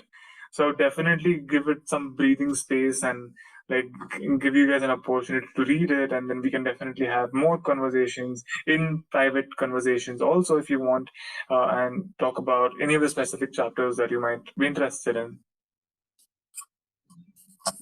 Yes, thank you. It was an interesting conversation.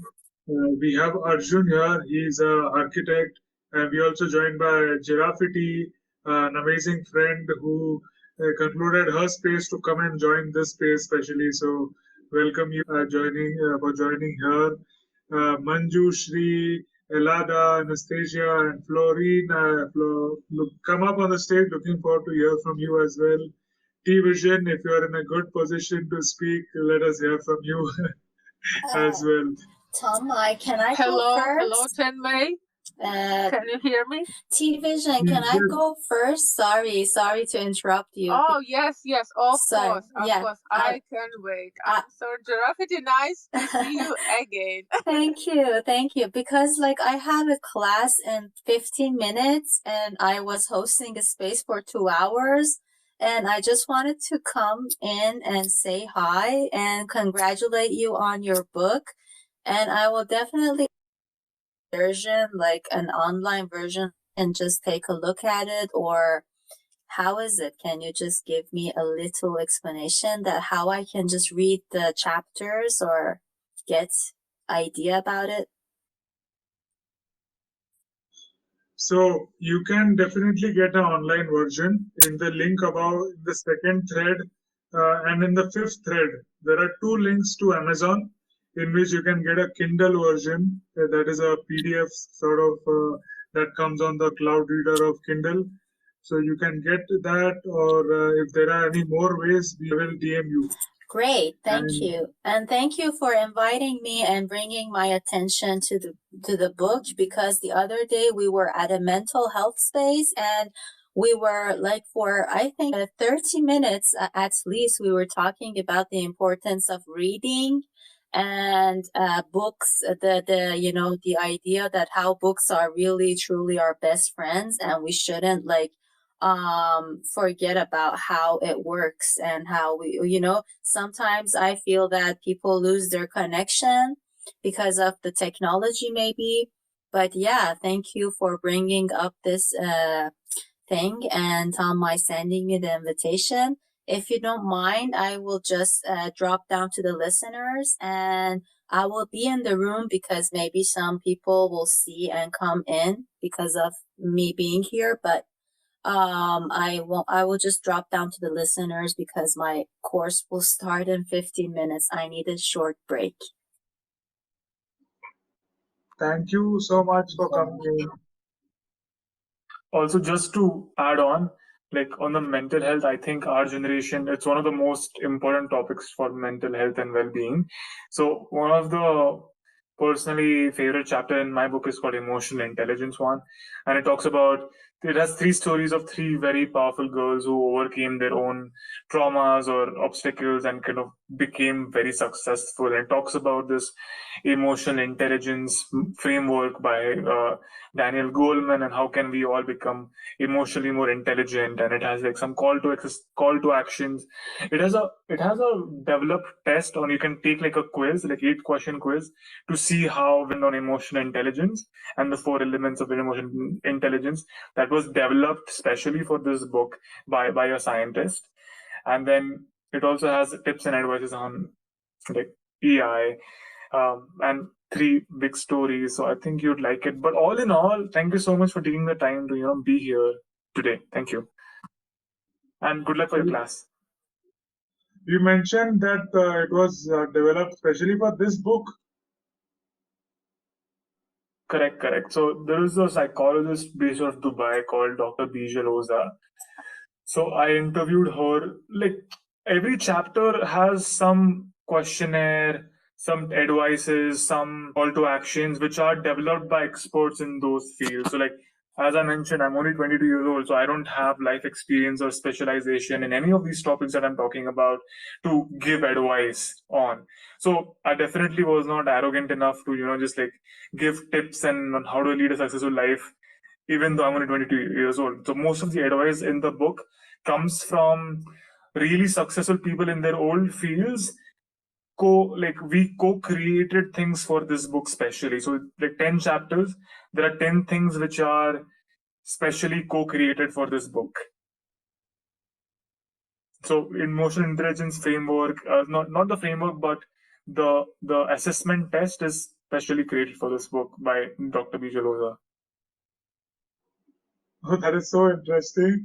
I have another thing to brag about now from my brother's book. So thanks for that. Can we hear a bit more about the emotional intelligence chapter, as it's the next chapter? And welcome to Kalpashri and others who have recently joined. It's great to see you. Yeah, welcome.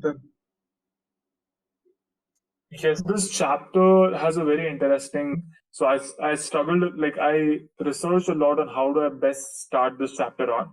So this chapter starts with the story of Mahabharata, which is an Indian mythology, like one of the holy books of India, and it talks about the protagonist Arjuna and Krishna, and like they're in the battlefield, and they have like all their own blood relatives are in the battlefield against them, and they have to fight their own kinsmen and their own family in this battle. So that kind of depicts some sort of emotionally charged situation that everyone of us might face in our day-to-day situations. It might not be fighting our own family kinsmen, but it might be some emotionally charged situation, or some dilemma, or some ethical concern, or something or the other. So in this today's world where there are a lot of emotionally charged situations, we need to be intelligent. And this is not the intelligence of having great grades or having perfect marks in your exams, but this is a different kind of intelligence. This is the emotional intelligence. So that's how the chapter starts. And then it goes on to talk about what is this emotional intelligence and how is it different from academic intelligence. And then it's the story of Jazz Sethi. She is the leader, and she is a again a performance artist and the founder of Diabetes Foundation, and she works for type 1 diabetic, like advocacy of type 1 diabetic people. And she never finished college. She just she went to college and she dropped out of after the first year, and then she has been just working on what she feels is right so far. And in her journey of growing the diabetes team, her organization team, it was never her intelligence or grades that mattered. It was the emotional intelligence and how she connected with people and how she took decisions in emotionally charged situations that made all the difference. Then I talk about my research. So I surveyed 300 students of my age around India from all the from 6 or 7 different cities. And when I asked them what is the biggest challenge that they face in their lives, the one biggest challenge was emotional obstacles that they mentioned. I think more than half of them mentioned emotional obstacles, and these ranged from actual clinical issues like depression to things like low self-worth, lack confidence, imposter syndrome, so on and so forth. So it's a very big emotional issues are big issues for us in the developing economies, and that eventually correlates to the fact that why we feel so less confident than our Western counterparts. And then I talk about the story of Reshma Qureshi. So she was a victim of an acid attack, and she lost her face for acid attack, but she recovered from that. She overcome that trauma, and she became a fashion blogger, and she walked the New York ramp along with Priyanka Chopra. And she was Forbes magazine. She was on the cover of the Forbes magazine. So she there's a book written by her which is a bestseller also. So her talk about how she overcame her emotional traumas. Then I talk more about what is emotional intelligence framework, and then I finish with the story of sorry, go on. Yeah, I see your hand raised. Manthan, Kalpashri here has to say something to you. And for the fun fact, we are related to Kalpashri. She is like our third or fourth cousin, or a parents' cousin. I don't know. But I got to know her through NFTs. So yeah, Kalpashri, let's hear it from you. Hi, yes, thank you so much, Tanmay, for that introduction. I mean, we can go around and tell the funny story as well. But today, the day is of Manthan. It's sheer joy, Manthan, I mean, to know someone from the community, from the NFT community, and from the in real life community as well, to have a book published at such a tender age. At 21, 22, I don't know what I was doing. I mean, you have a book published, you have your thoughts channeled. It's such a great thing to do in life. I mean, not everybody does it. On top of that, I'm so thrilled and inspired. What you have done at this age, it's quite stable. You were able to channelize your thoughts and put it across and publish it as a book. I feel it's quite an achievement. I mean, how much you sell, how much you do not sell, that's a different perspective. But what you have already done is an achievement. So congratulations, Manthan. A big cheer for that. Tanmay, let's have that drum roll, please. Far too kind. Thank you so much, Kalpashri.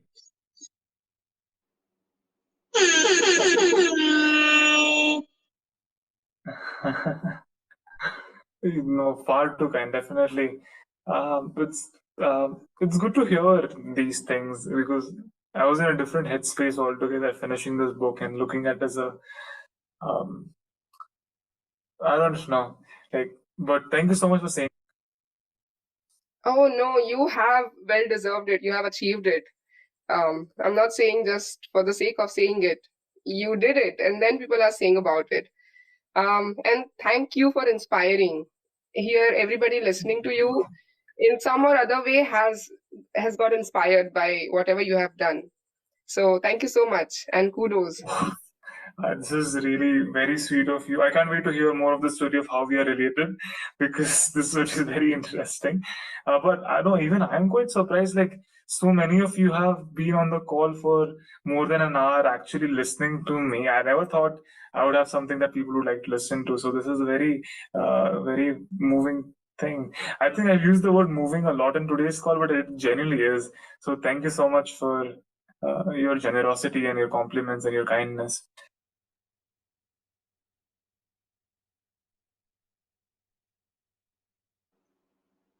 Thank you. Yes, and as she mentioned, like in all our relatives, not just at 22, but I don't know of anybody who has actually written a book.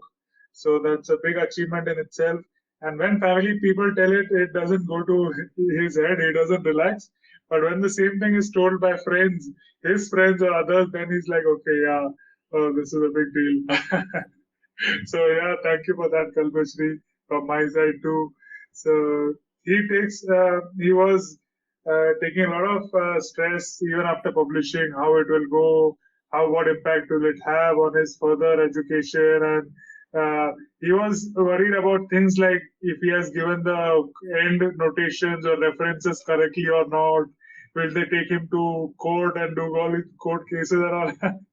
So I'm sure in couple of years, Manthan will look back and find it funny. But yeah, it was nice to see him go through the whole process, and it was nice to be here with him. What do you have to say, Manthan? No, all good, all good.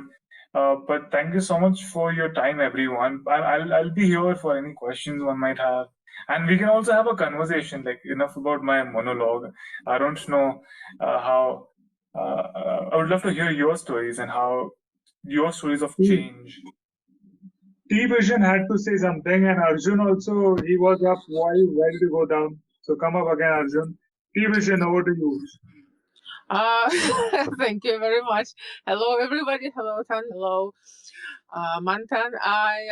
I'm happy to congratulate you both, actually. You, Manthan, on finishing that book and publishing it, and Tanmay on having such a talented brother. It's amazing because I know what a challenge it is to write a book. You could be way talented, have great baggage of information and thoughts and conclusions, but actually to structure it and to put it together and to make it so other people can use it as an instruction and actually taking it as a direction to go, it's complete different thing. It's so important. This little book can probably change lives, and the earlier the person gets to it, probably less time is going to be wasted, and more is going to be put into creating something really unique and useful. So I've been in and out in this room because my internet is not quite good today, and I'm outside actually. So I can't comment on the topic or on the subject. I'll definitely look into it, and I already feel sorry I didn't hear your podcast. But it's a lot to learn to everybody in this journey, and as Maria said, big respects and congratulations from Russian speaking community, Creative Eggs. Tanmay is a big friend of ours. We have his support, and he always can rely on us. Aspect. So it's very nice to meet you too. You are mostly welcome, and hooray! Come on, raise your hearts for the launch of the book. And there we go. Thank you so much. Division, you'll always have my support likewise, and thank you so much for being here. All of you, lots of love to you. Yes, Manthan, back to you. No, but truly appreciate it, all of you guys, and please do check out the book and share it with your friends and family. And if after reading it, if you have any questions, please do reach out to me. I'm quite respond. Twitter is very new for me. I think most of people my age use Instagram or LinkedIn more, but definitely after this, I'm gonna turn on all the settings and be more active on Twitter too. But yeah, thank you. So, Manthan, let us go to the next chapter, Hard Work Over Talent. So, that was the chapter 4 after emotional intelligence. We did that already. The first thing we did was Hard Work Over Talent chapter. So, what about creativity and innovation? Okay, so this chapter talks about what does creativity and innovation mean in today's world, and it has it started the story of this guy called Anirudh Sharma. He failed his engineering courses and he kind of dropped off, but he eventually went on to become the most appreciated, most influential innovator and inventor under the age of 35 by Time magazine and by TED and by MIT Technology Review. And it's his story about finding problems in a society and creatively finding solutions to it. And it goes on to share a story about in life too, we need creativity to find our own path. Like in India, to find our own place in the world, we look towards elders and professions for and seek guidance, but it is not always helpful. In fact, looking outwards for direction can be confusing and misleading. So, like for example, in 10th standard, I was taking this IQ test and this test which would eventually tell me what should I do in my life. But those pointed me to various different things that I did not really like at all. So, creativity and innovation, firstly, can be used to finding your own path in life. So it basically means to find problems in the society and start solving them. That is a great way to just start. This is a great starting point. After this, I talk about the story of this artist called Kunal Pandagade. He is a rapper, like an Indian rapper, and a movie was made on his life by Bollywood called Gully Boy. And his story starts with being coming from a very ghettos of Mumbai, not finding what is to be done, stumbling upon what is rap music, using his phone to make endless number of songs and poems and rap music, and then submitting on the YouTube, and then just being picked by a film and then having a film made on his life. So that's his story. Then it goes on to talk about how creativity is about once you have a problem, in terms of solving it, you first need to diverge and create a lot of choices and a lot of options, and then converge, which is to come down, eliminate a lot of choices and make, finalize, come down to one or two choices. And then I talk about my friend called Sanket Deshpande. He's one of the youngest Indian students to send satellite in space, and he also met Elon Musk, and he's achieved multiple things. So his story starts with just reaching college and having a dream that I want to make something that does not stay on the ground; it should space. And then he had ten ideas about what he could do: make a satellite, make a balloon, a hot air balloon, which would go up. The rest of satellites, so and collaborating with people, but eventually came to one idea and creatively use very limited resources that he had in terms of money and in terms of college resources and equipment to build a satellite and then finally send it into space. So that's his story. This is then followed by my experience. I was in Spain and Italy, and I was interning at this place, Time for Change. It's a non-profit that teaches young students what is design thinking.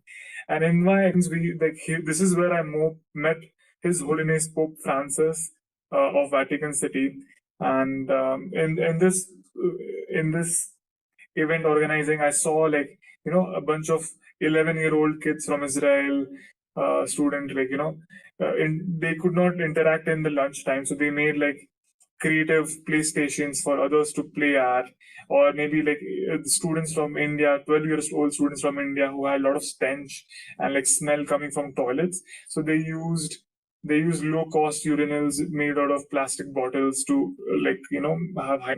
So there was like creativity everywhere, innovation everywhere. You do not need any prerequisites or degrees or experience to become creative or innovative. So after their stories, their framework, which was again specifically created, not for this book per se, but specifically created by this person who I interned with and who I interviewed for this book. So that teaches you about creativity and how you can become more creative and innovative in your life. And then finally ends with in this thing that called saying that creativity and innovation requires a lot of rejections and overcoming a lot of failures, and like how you can condition yourself to overcome these failures. And then again, it connects with the story of the young innovator that I spoke about in the beginning of the chapter, and the number of failures that he has had, and then how he overcame those. So this is a bit about this chapter. Amazing. It's nice to hear about this. Quick shout out to new people who have joined. Prashant is here, Tanisha is here, Eddie, Miss Shubha is here, AV, Nakul is here. So guys, come up. I'm looking forward to hear from you. So yes, Tanisha, come up. Tanisha is also a young student, architecture student. Manthan is also very young, 22 years old. So he has wrote this book from the perspective of the youth and compiled stories of after interviewing to many people. So can you just give a brief about the book, Manthan? I will just ask everyone to share the tweet on top. The links to getting the book, both on digital and physical, is available on the tweet. Please give that a retweet.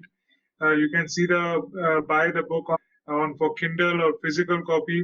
Second link is about the Indian Amazon.in, in which you can buy in INR.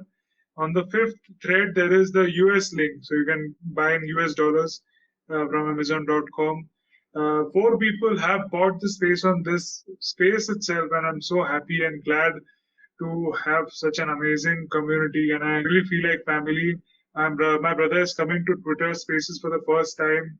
This is a historic moment for the family. I'm very emotionally touched by all you lovely people coming here and just speaking to Manthan, my brother, and just being here. It means a lot. Thank you so much. So yeah, Prashant is up. Hi, Prashant. Hi, Tanmay. Hi, Manthan. I'm so sorry. I really wanted to join this space on time, but then we had a power cut, and just now I was able to, charge my mobile and come back. I'm happy that the space is still going on. I'll be here listening to you, just getting to know. So I'm like, I just got into the space, so I might be, spaced out right now. But I'm thrilled to hear more of Manthan. No, absolutely. I hope you're well. Thanks for joining in. Your brother is a superstar, and I'm sure you'll also be one. Absolutely. Prashant, we were going to different chapters and his listening his views on a brief about those chapters. Out of the 10, we have covered like 6 or 7, and he's giving insights, is sharing his journey, sharing a couple of stories from that. He has interviewed over 40 people for this book on different chapters. The chapters are grit, perseverance, courage, hard work over talent, creativity and innovation, emotional intelligence, networking, leadership, confidence, and giving back. So it's a 230 odd pages book. And he is just 22 years old. He wrote this book when in college, and just happy to see him progress at such a good speed. So I'm glad to be here. Riyadh and Eddie are on the stage. Let's hear from them. If you have any questions, you can ask. Riyadh was asking me, does your brother crack jokes like you? So I said, no, Manthan is a very serious kind. He gets disappointed on my jokes many a time. Thanks God he is not telling jokes like you, Tanami, or I will suicide today. Actually, I will throw myself from my window, actually. But anyway, welcome, Manthan. Welcome to NFT. I just want to welcome you, bro.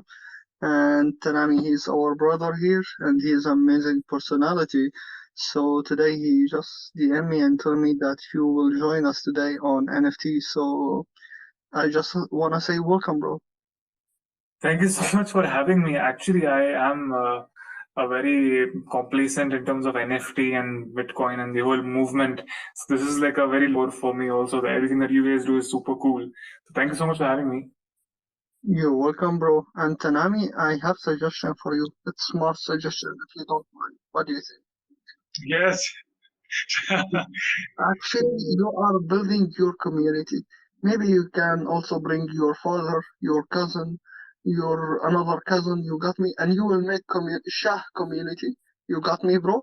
And through the Shah community, you will build up more community. You got me? But you have to bring them.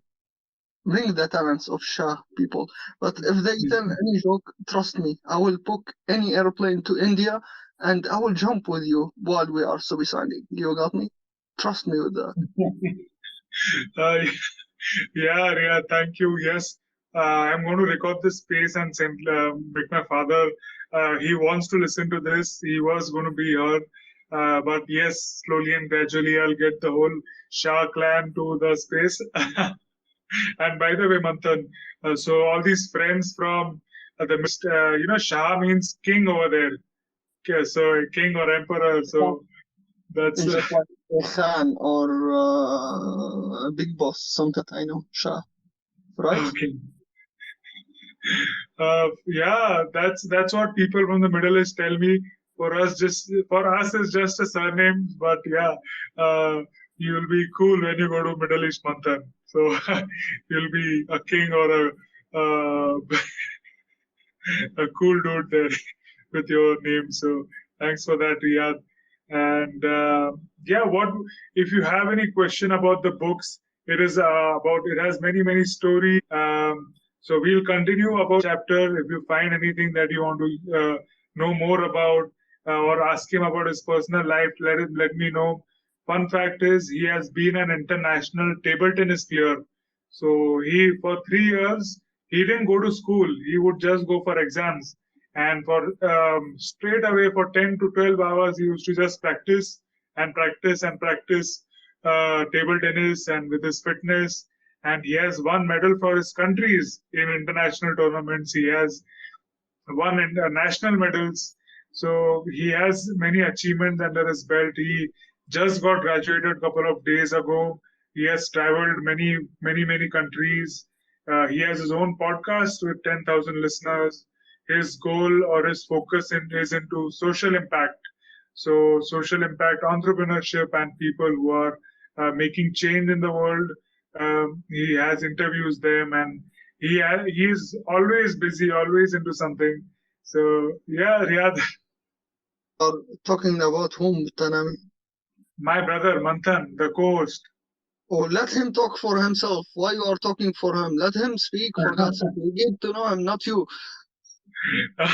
So you should ask like that, no? You're asking at the end of my speech. So yeah, Manthan, go ahead. No, but very generous of my brother as always. I think he's covered it all. There's nothing left for me to speak. But also, like these titles and all, if someone tells those about you, then you talking those about yourself. So I wouldn't have mentioned those any which ways. But thank you so much. But today is the occasion of my book launch. I'm finally published author today on 9th May 2022. So it's a very momentous occasion. And I think we've nearly finished all chapters also. So do check out Kindle version or any version that you can, like take a read and let me know how you find it. We still have to hear from you on courage and the first on grit and perseverance. So let us hear about courage. Awesome. So these talking about courage. So firstly, it starts with the story about, are we like sort of born this, or can we become courageous? So it starts with the story of Mahatma Gandhi, and one would think the guy who gave freedom to India and kind of ran the non-violent movement and all that, he would be a very courageous guy to stand up to the British and kind of change the nation. But it appears like from his autobiography that he was not always a very courageous person. Like he quotes that he says, I used to feel afraid. I used to be very timid and feel afraid of snakes, and books and were my best friends or something. And after like we start with that story, I get into the whole argument about, okay, that courage is something that can be developed by any one of us. What is courage, and what are the different types of courage? So it appears that there are 4 types of courage. Courage is moral, physical, social, and creative courage. So then I go into like deeper into what each courage is. Like moral courage is like standing up for what you think is right. Physical courage is, like pushing beyond your physical boundaries and like trying to accomplish something which is physically impossible. So in physical courage, I spoke with this girl called Vedangi Kulkarni. So she's won many Guinness World Records, and she's become the youngest girl, the only Asian, the only Indian to cycle around the world in 180 days, solo, unassisted, at the age of 20. So she really pushed past all the physical obstacles and like did a lot to get past. So it's like a full, proper, like in-depth biographical story of her life. Like not in-depth, but like 1,000-word story about her life and what we can learn from her in terms of courage. Then there is social courage, in which like if the whole world is criticizing you about what is like you don't conform with it, and you have the social courage to stand up against the people who you are surrounded by. So here is the story of this Olympian called Duty Chand. She's the only openly gay athlete in the Indian contingent. She's played 2 Olympics in Rio and in Tokyo, and the funny story is that before the Commonwealth Games, like 2 days before the Commonwealth Games, she was dropped from the Indian team in 2018 because the testosterone levels in her blood were high. Higher than normal female testosterone levels in their blood. So she battled, like she took this case to the International Court for Arbitration Force. She literally wins the world. She made them change the rule because there is no fixed limit for testosterone female blood samples. So the court ultimately ruled in favor of her case, and then she was again picked up by the Indian team, and then she played for India in the Olympics. It's a very inspiring story by her. And all these people that I'm mentioning, I have personally interviewed them, so you would read like a new layer of insight in the book. Then the last type of courage is called creative courage, and it's about looking beyond the traditional roots of what is creativity, and like looking at the world as a one big canvas, and painting it red, painting it any color that you feel like, and like, making your own art. So in this thing I talk about this very famous Indian artist called Ritwiz. He is a musician, and he is actually very famous. I don't know how many people of you know them or not, but he has like 200 million streams on Spotify. And so in the 2 hour long conversation I had with him, we talk about his creative journey, about how he mixes classical Hindustani music with like electronic dance music, and how that makes him feel. And after that, I talk about how can you all become courageous. What are the acts of like a call to action on how like steps you can do to put yourself out of the comfort zone, and how can you reflect on your learnings, and how can you build a community of friends who can push you and then become courageous. And then finally it ends with this politician who is known to be one of the most integrity, like honest politicians in India. And his advice on being courageous and being what courage means for him in politics. So that is the courage chapter. Pause for a second to get some water as I'm getting a sour throat. But please let me know if you have any questions. Okay, maybe not. So now I'll just go to the first chapter, which is about grit and perseverance. So this talks about the story Eddie of. is raising his hand, Manthan. Eddie raises, he has a question. Why you didn't listen to Eddie? Do you have anything personal between you and Eddie? Say the truth. Come on, Manthan. Oh shit! No, I'm so sorry. I think my phone went on. Like the screen went black. But go on, Eddie, please. I'm so sorry. Actually, No, Eddie is feeling really bad. He DM me. He tell me he's feeling. Anyway, it's not the time to get silly, so see you later. Bye, bye, bye. No, please. I apologize. Please go on, Eddie. No, you're okay, because I know it's hard to deal with these Twitter spaces, especially with the way they react and sometimes have their little networking bugs sometimes. But I was going to ask you, first of all, hello, it's nice to meet you. My name's Eddie. I've been in the same spaces with your brother for quite a while, and I'm going into NFTs and with Riyadh and several of the people that are in here.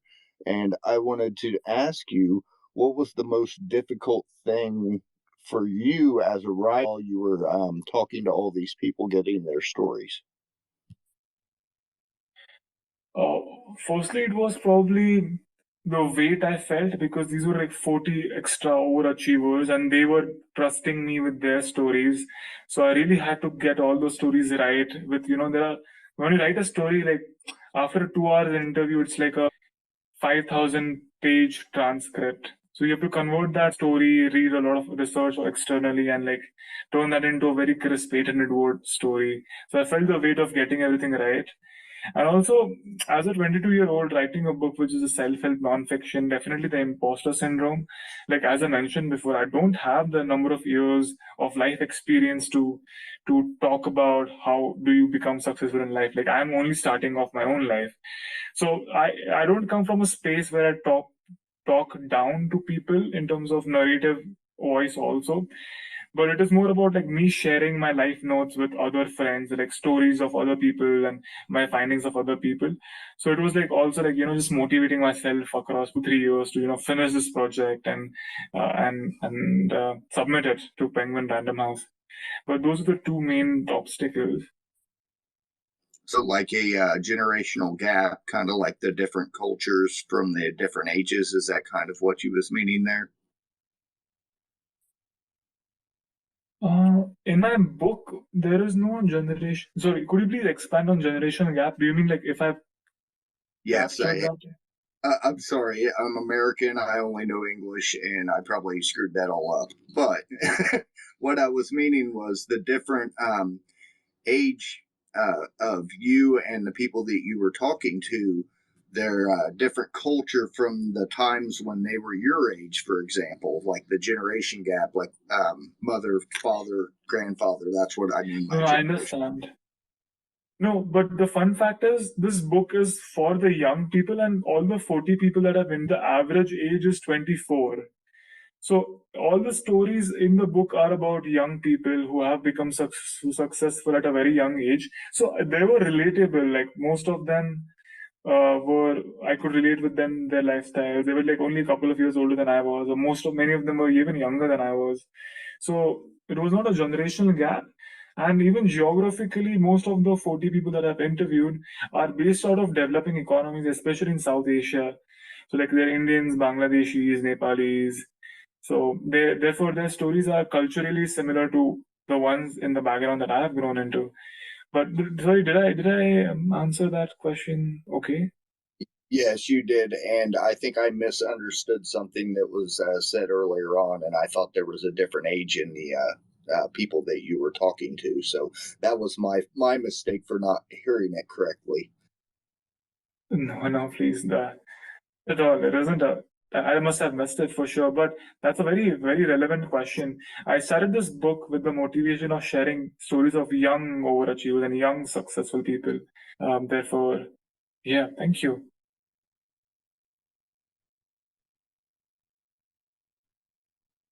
One more thing.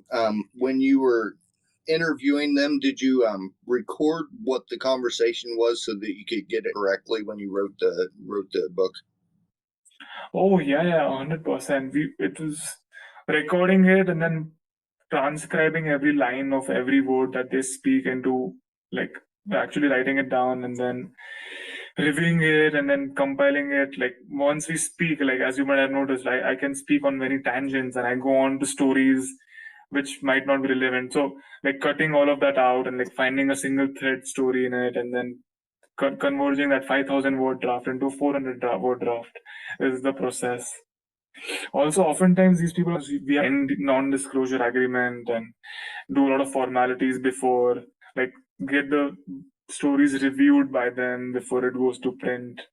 So that's why I was curious on whether you recorded them or not, because I figured you had to sign a non-disclosure agreement. So I was like, I didn't know if they would allow that or how that worked. But yeah, that's why I was asking that, because I figured that sometimes they're really guarded when they're famous and really protected and closed off to normal society. So it's kind of hard to get those interviews and get those raw details that they don't want to disclose to just anybody. Oh yeah, absolutely. But I think there is just something about being young. Like they were young, I was young, and they liked my story. So they, after we started the interviews, they really let the guards down, and we spoke about their personal lives and like childhood traumas and like everything under the sun and their experiences. It was like the interviews was probably the phase of me writing the book. That was like the nicest thing. Actual writing was quite painful, to be honest. I can imagine it was, with all the information that you had to condense down to get into a one book form. And I like that you could relate with them and they could open up to you and feel comfortable with you. That's kind of why I've related with your brother Tanmay, because he spoke about depression and his battles with that, and I deal with that myself. So it's good to be able to have a common bond, no matter what how popular they are, I guess, for the lack of a better words. But I really like that you can connect with them so well. Thank you so much for pointing that out. But also, it appears like the more famous people are like more isolated and more away from the world, like at an emotional level. So if like the more famous they were, the better conversations we had, because they, for the first time, they opened up, and for the first time they spoke to a third party, which was they felt confident in, and it was a very beautiful thing actually. Yeah. But thanks for sharing that, Eddie. Absolutely. I didn't mean to derail the conversation. I was curious about a few things. Tanmay sent me a mic as soon as it came into the room, and I'm like, I need to know what's going on in the room before I come up and ask questions. No, not at all. And I apologize again. I did not see it. This is my first time on Twitter Space, and I think my phone went on standby mode, so I did not see the screen at all. But thank you so much again for the wonderful questions and sharing your story too briefly. Would love to hear more about it at a later space.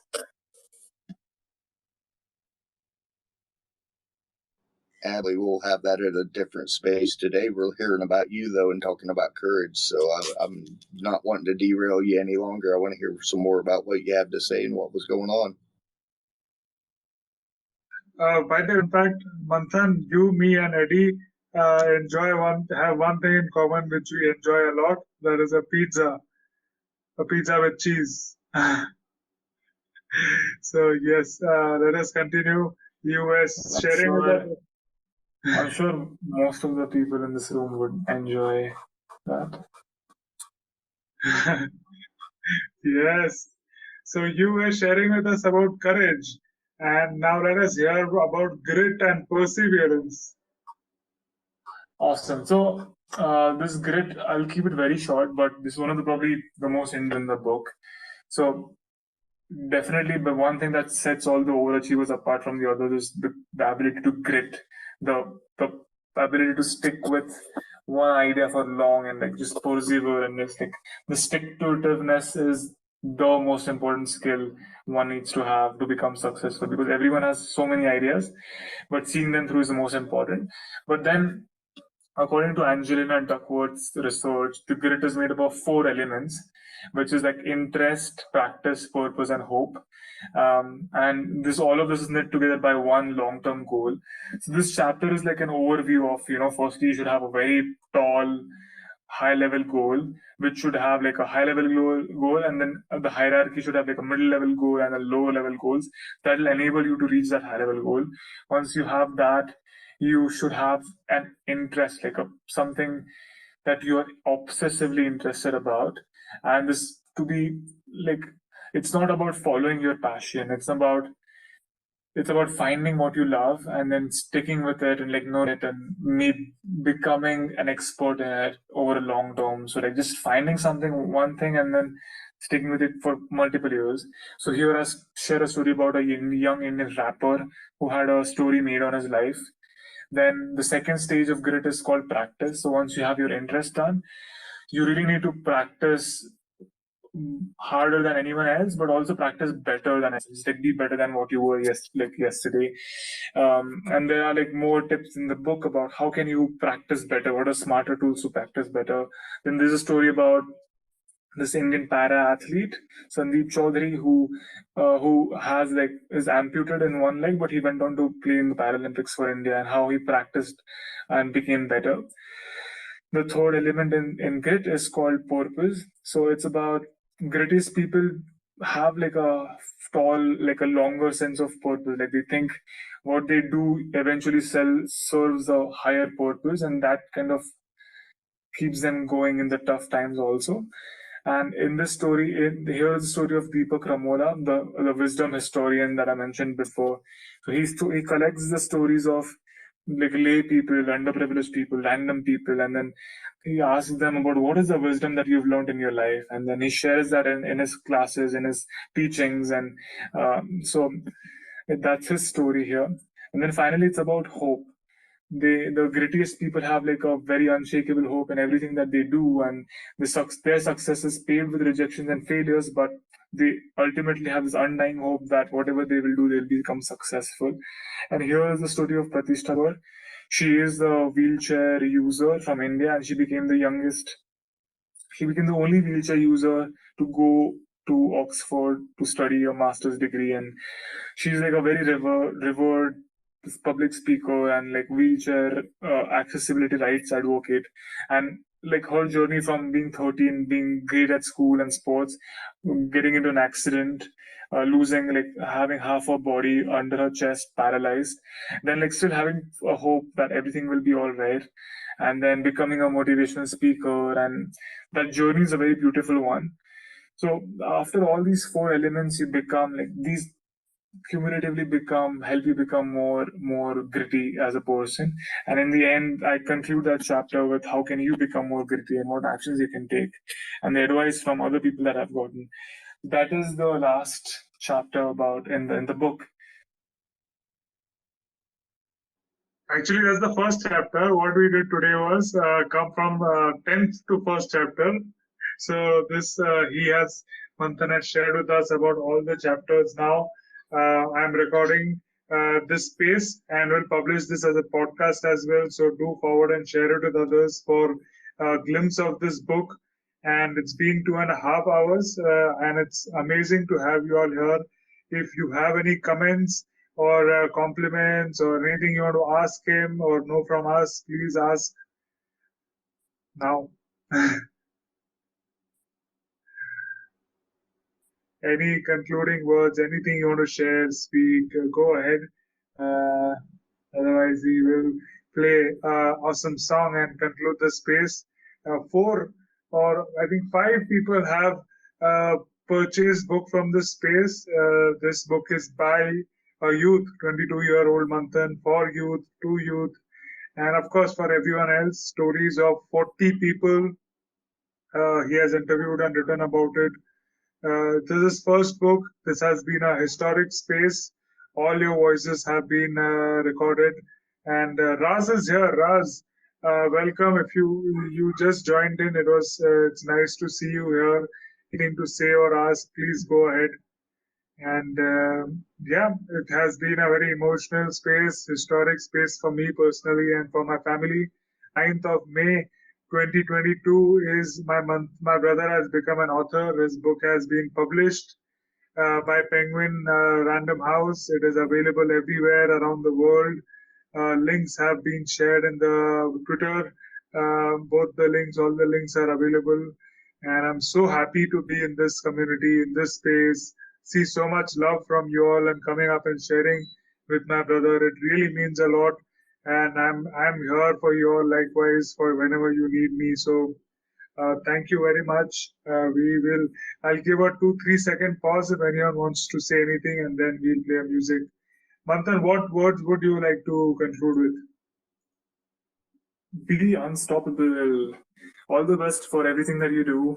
Thank you so much for taking the time of your day to hear me and my story.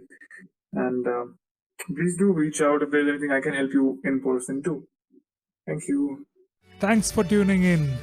Connect with me on Twitter and Instagram to get updates on the new shows and to participate on live recordings.